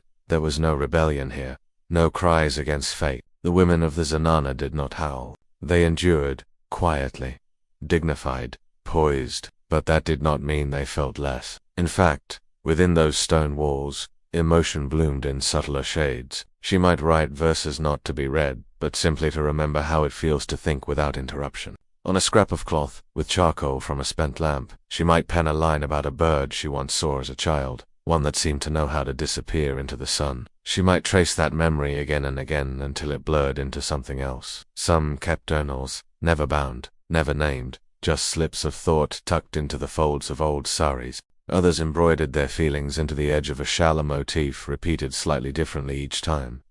Like a stutter in fabric, they were not trying to be understood, they were trying not to forget themselves. Conversations, when they happened, offered relief. Not gossip, not maneuvering, but honest, gentle talk. About an ache in the joints that would not leave. About a dream that made her wake smiling. About a scent that reminded her of home. These small exchanges held more weight than politics. They were the scaffolding of sanity, and yet they were rare, because intimacy was rare. Trust had to be wrapped, carefully folded, passed like silk layer by layer, softening every edge. A misplaced word, a pause too long, and the curtain might drop again. not out of malice, but out of habit, out of protection. There were children, too.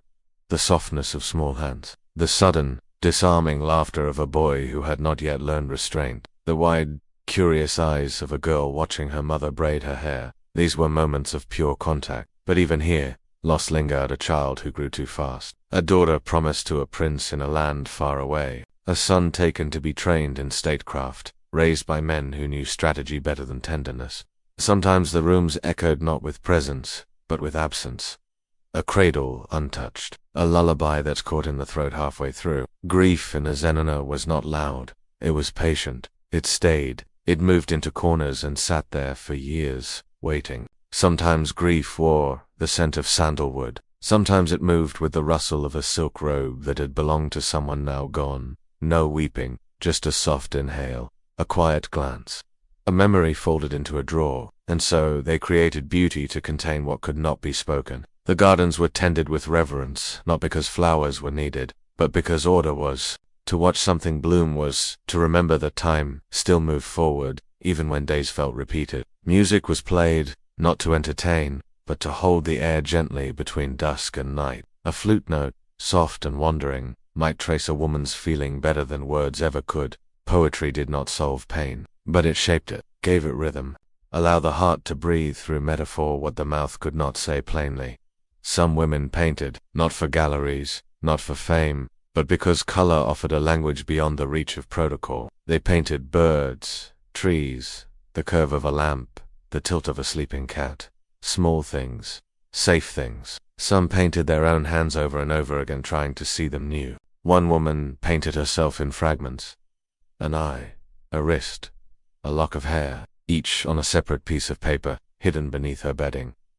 She did not need anyone to see, she only needed not to vanish. But there were moments when even beauty could not hold the ache. When a woman stood beneath the moonlight and thought, without bitterness but with quiet resignation, of the places she would never walk, the markets she would never browse, the ocean she would never hear. It was not desire for escape, it was simply awareness of what had been withheld, not as punishment, but as condition. And still, she did not crumble. She poured that awareness into stillness, into patience, into being. And with time, the silence inside the Zenana, it reflected not only the world, but the self. She saw herself more clearly because there was no one telling her who she was.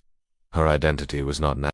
It was felt in the pressure of bangles against the wrist, in the scent of a shawl she had worn every spring, in the way her footsteps aligned with the veins of the marble beneath her feet. She was both the question and the answer, both the echo and the voice, both the painter and the painting scene, but only through a screen. And still, she breathed. Fully, quietly, completely. The world outside raged and changed, but she remained still, watching, remembering, existing in full within walls others called partial. Her sorrow was not defeat, her beauty was not vanity, her silence was not absence. She lived entire, invisible, undeniable. Their names rarely carved into arches, their statues absent from stone plinths, their portraits if painted rarely labeled, and yet the women of the Mughal Zenana lingered in the quiet shaping of a civilization's texture. They were rarely called rulers, but they ruled nonetheless, not over territories measured in miles, but over the subtle territories of taste, tone, preservation, and memory. A verse remembered because a queen whispered it to her daughter, a perfume formula perfected not in a workshop, but in a private chamber where oils were blended drop by drop until the scent sang just softly enough. A color favored not by decree, but because a princess had once embroidered it into the hem of a garment worn beneath the moon. They did not build the empire's domes, but they gave the empire its breath, soft and unseen, but necessary. Miniature paintings depicting scenes from Hindu epics and Persian romances, their borders so intricate only a quiet eye could fully follow them. Many of these were funded by royal women who never signed their names.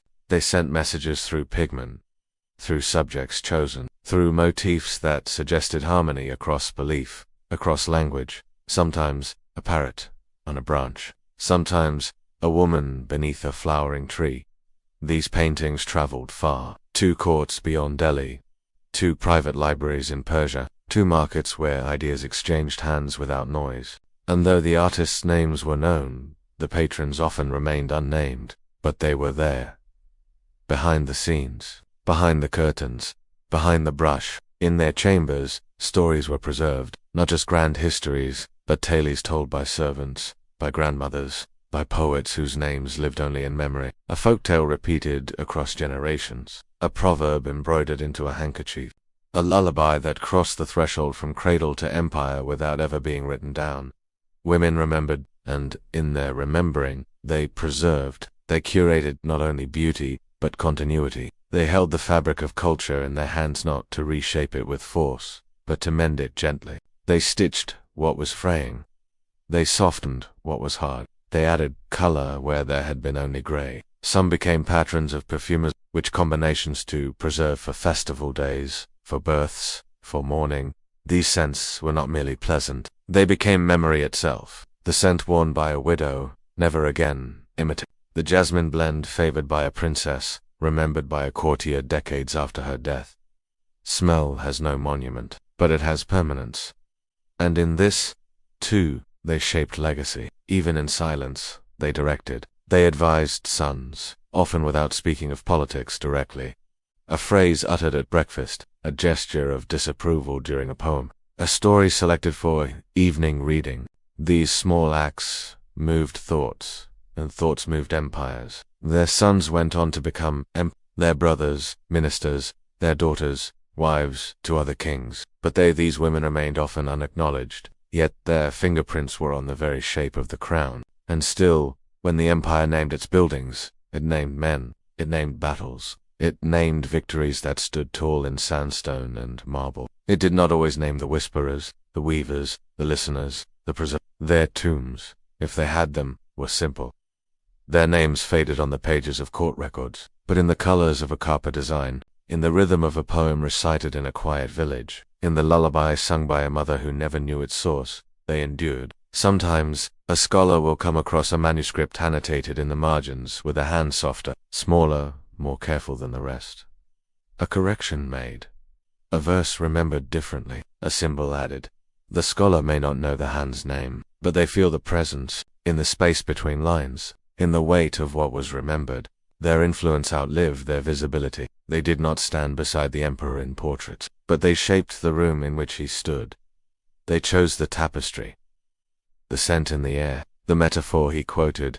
They taught him the rhythm of thought, and sometimes, more importantly, the value of silence. The zanana was not absent, it was presence in a different key, and though time has tried to mute it, it has not erased it. Every time a verse is recited from memory, every time a pattern reappears in the border of a sorry, every time a scent brings tears for no clear reason there, empires are remembered in stone, but often it was a woman's breath that shaped its stillness.